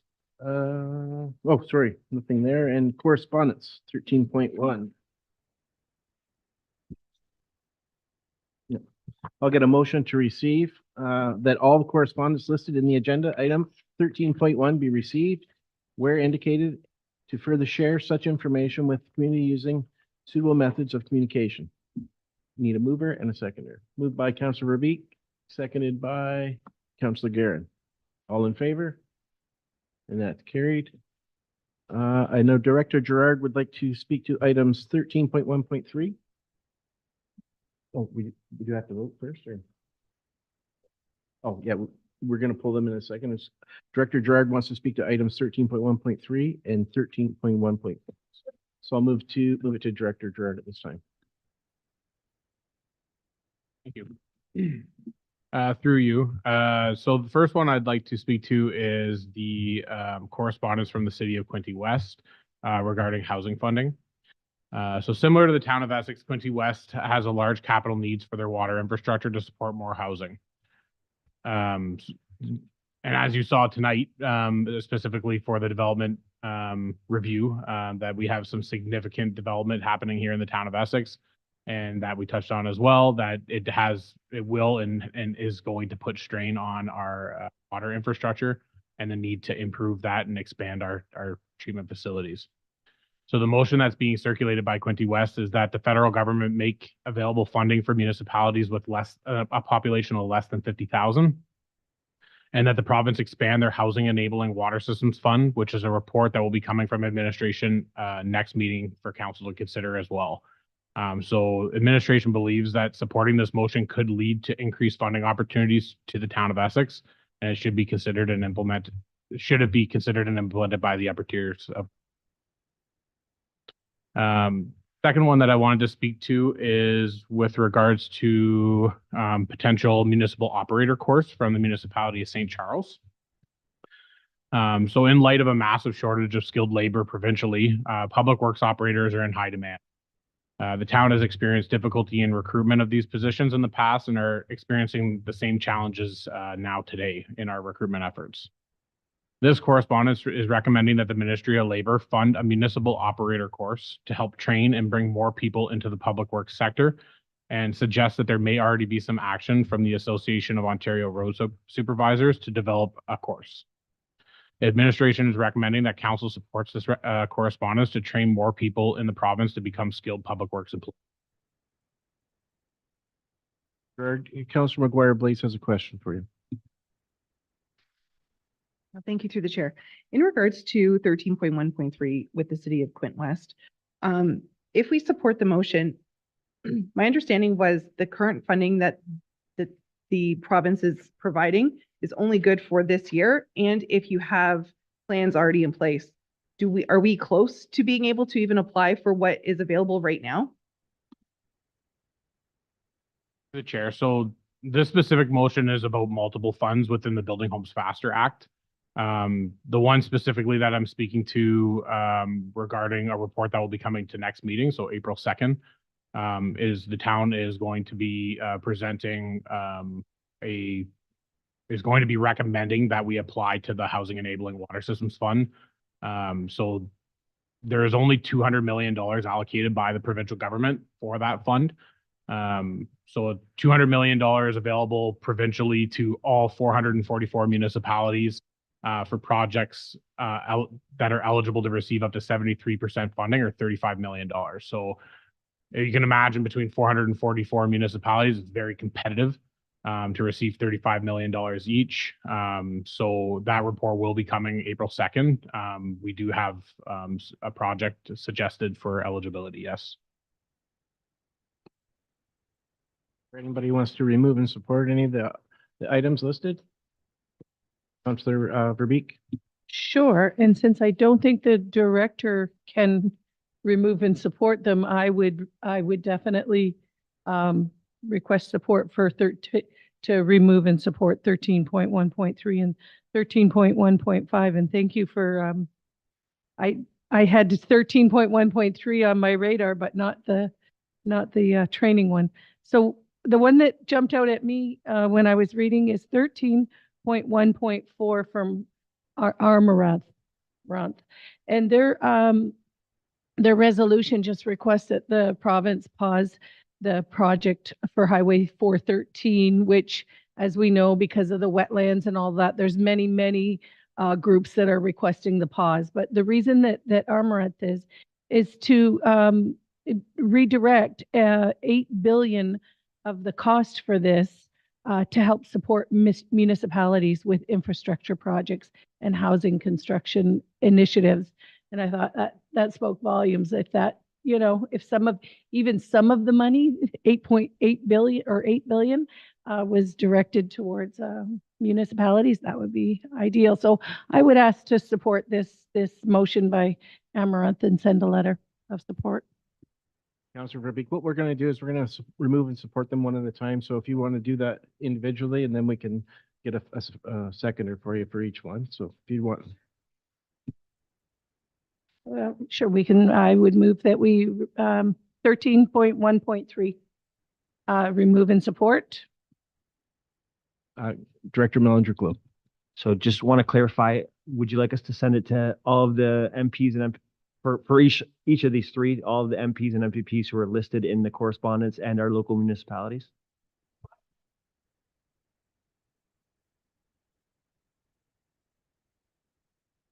We'll do so. We'll go one by one, and I'll have the chair call for the vote, and the vote is to support each of the individual correspondence to be sent to the MPs and MPPs listed in that correspondence and the local municipality. For item 13.1.3, Councillor McGuire Blaze. Any questions? All in favor? And that carries. Item 13.1.4, moved by Councillor Verbeek. I need a seconder for that. Seconded by Councillor Hammond. Any questions? Seeing none, all in favor, and that carries. Item 13.1.5, moved by Councillor Verbeek, seconded by Councillor Allard. Any questions? Seeing none, all in favor, and that carries. So, moving on to 14. The committee meeting minutes listed in the agenda from item 14, together with any recommendations to council noted therein, be received and approved and adopted as circulated. Needing a mover and a seconder. Moved by Councillor Guerin, seconded by Councillor Hammond. Any questions? Seeing none, all in favor? That carries. 15, financial, section 284, 2023 statement of remuneration and expenses, that the section 284 statement remuneration and expenses 2023 be received. I need a mover and a seconder. Moved by Councillor McGuire Blaze, seconded by Councillor Allard. All in favor, or any questions? All in favor, and that carries. On to new business. There is none. Notices of motion. So,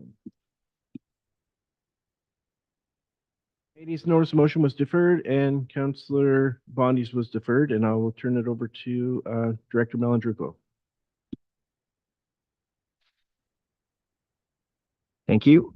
Moving on to item 17.3, the following notice of motion is being brought tonight for presentment only and will be brought forward for council's consideration at the April 2, 2024 regular council meeting.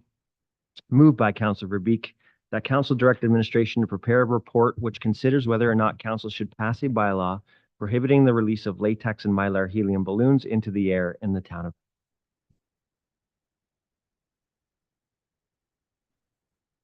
Reports from council. I'll start with Councillor Allard and we'll bring it around the other way. So we'll start with you, Councillor Allard. Nothing today. Thank you. Councillor Verbeek? Nothing? Councillor McGuire Blaze, anything to report? I would just like to report that, the BIA and our downtown businesses, they are still hosting their Hop and Shop, which is going to be coming up next Thursday, March 28th. So they'll be open a little bit later. They're going to be having a bunch of hidden Easter eggs, if you will. So you should get out and shop at Downtown Center and see what you can find for your Easter holiday shopping. Good report. Councillor Garin. Yep, just want to remind everyone, the local junior hockey team, the Essex 73s, have advanced to the league finals. Once again, this will be the fourth year in a row they're going to face off against the Lakeshore Canadians.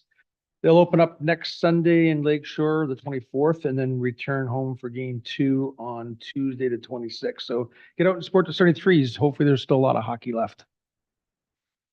Aaron, I believe our two mayors of Lakeshore and Essex have a wager on who has to wear the jersey at county council.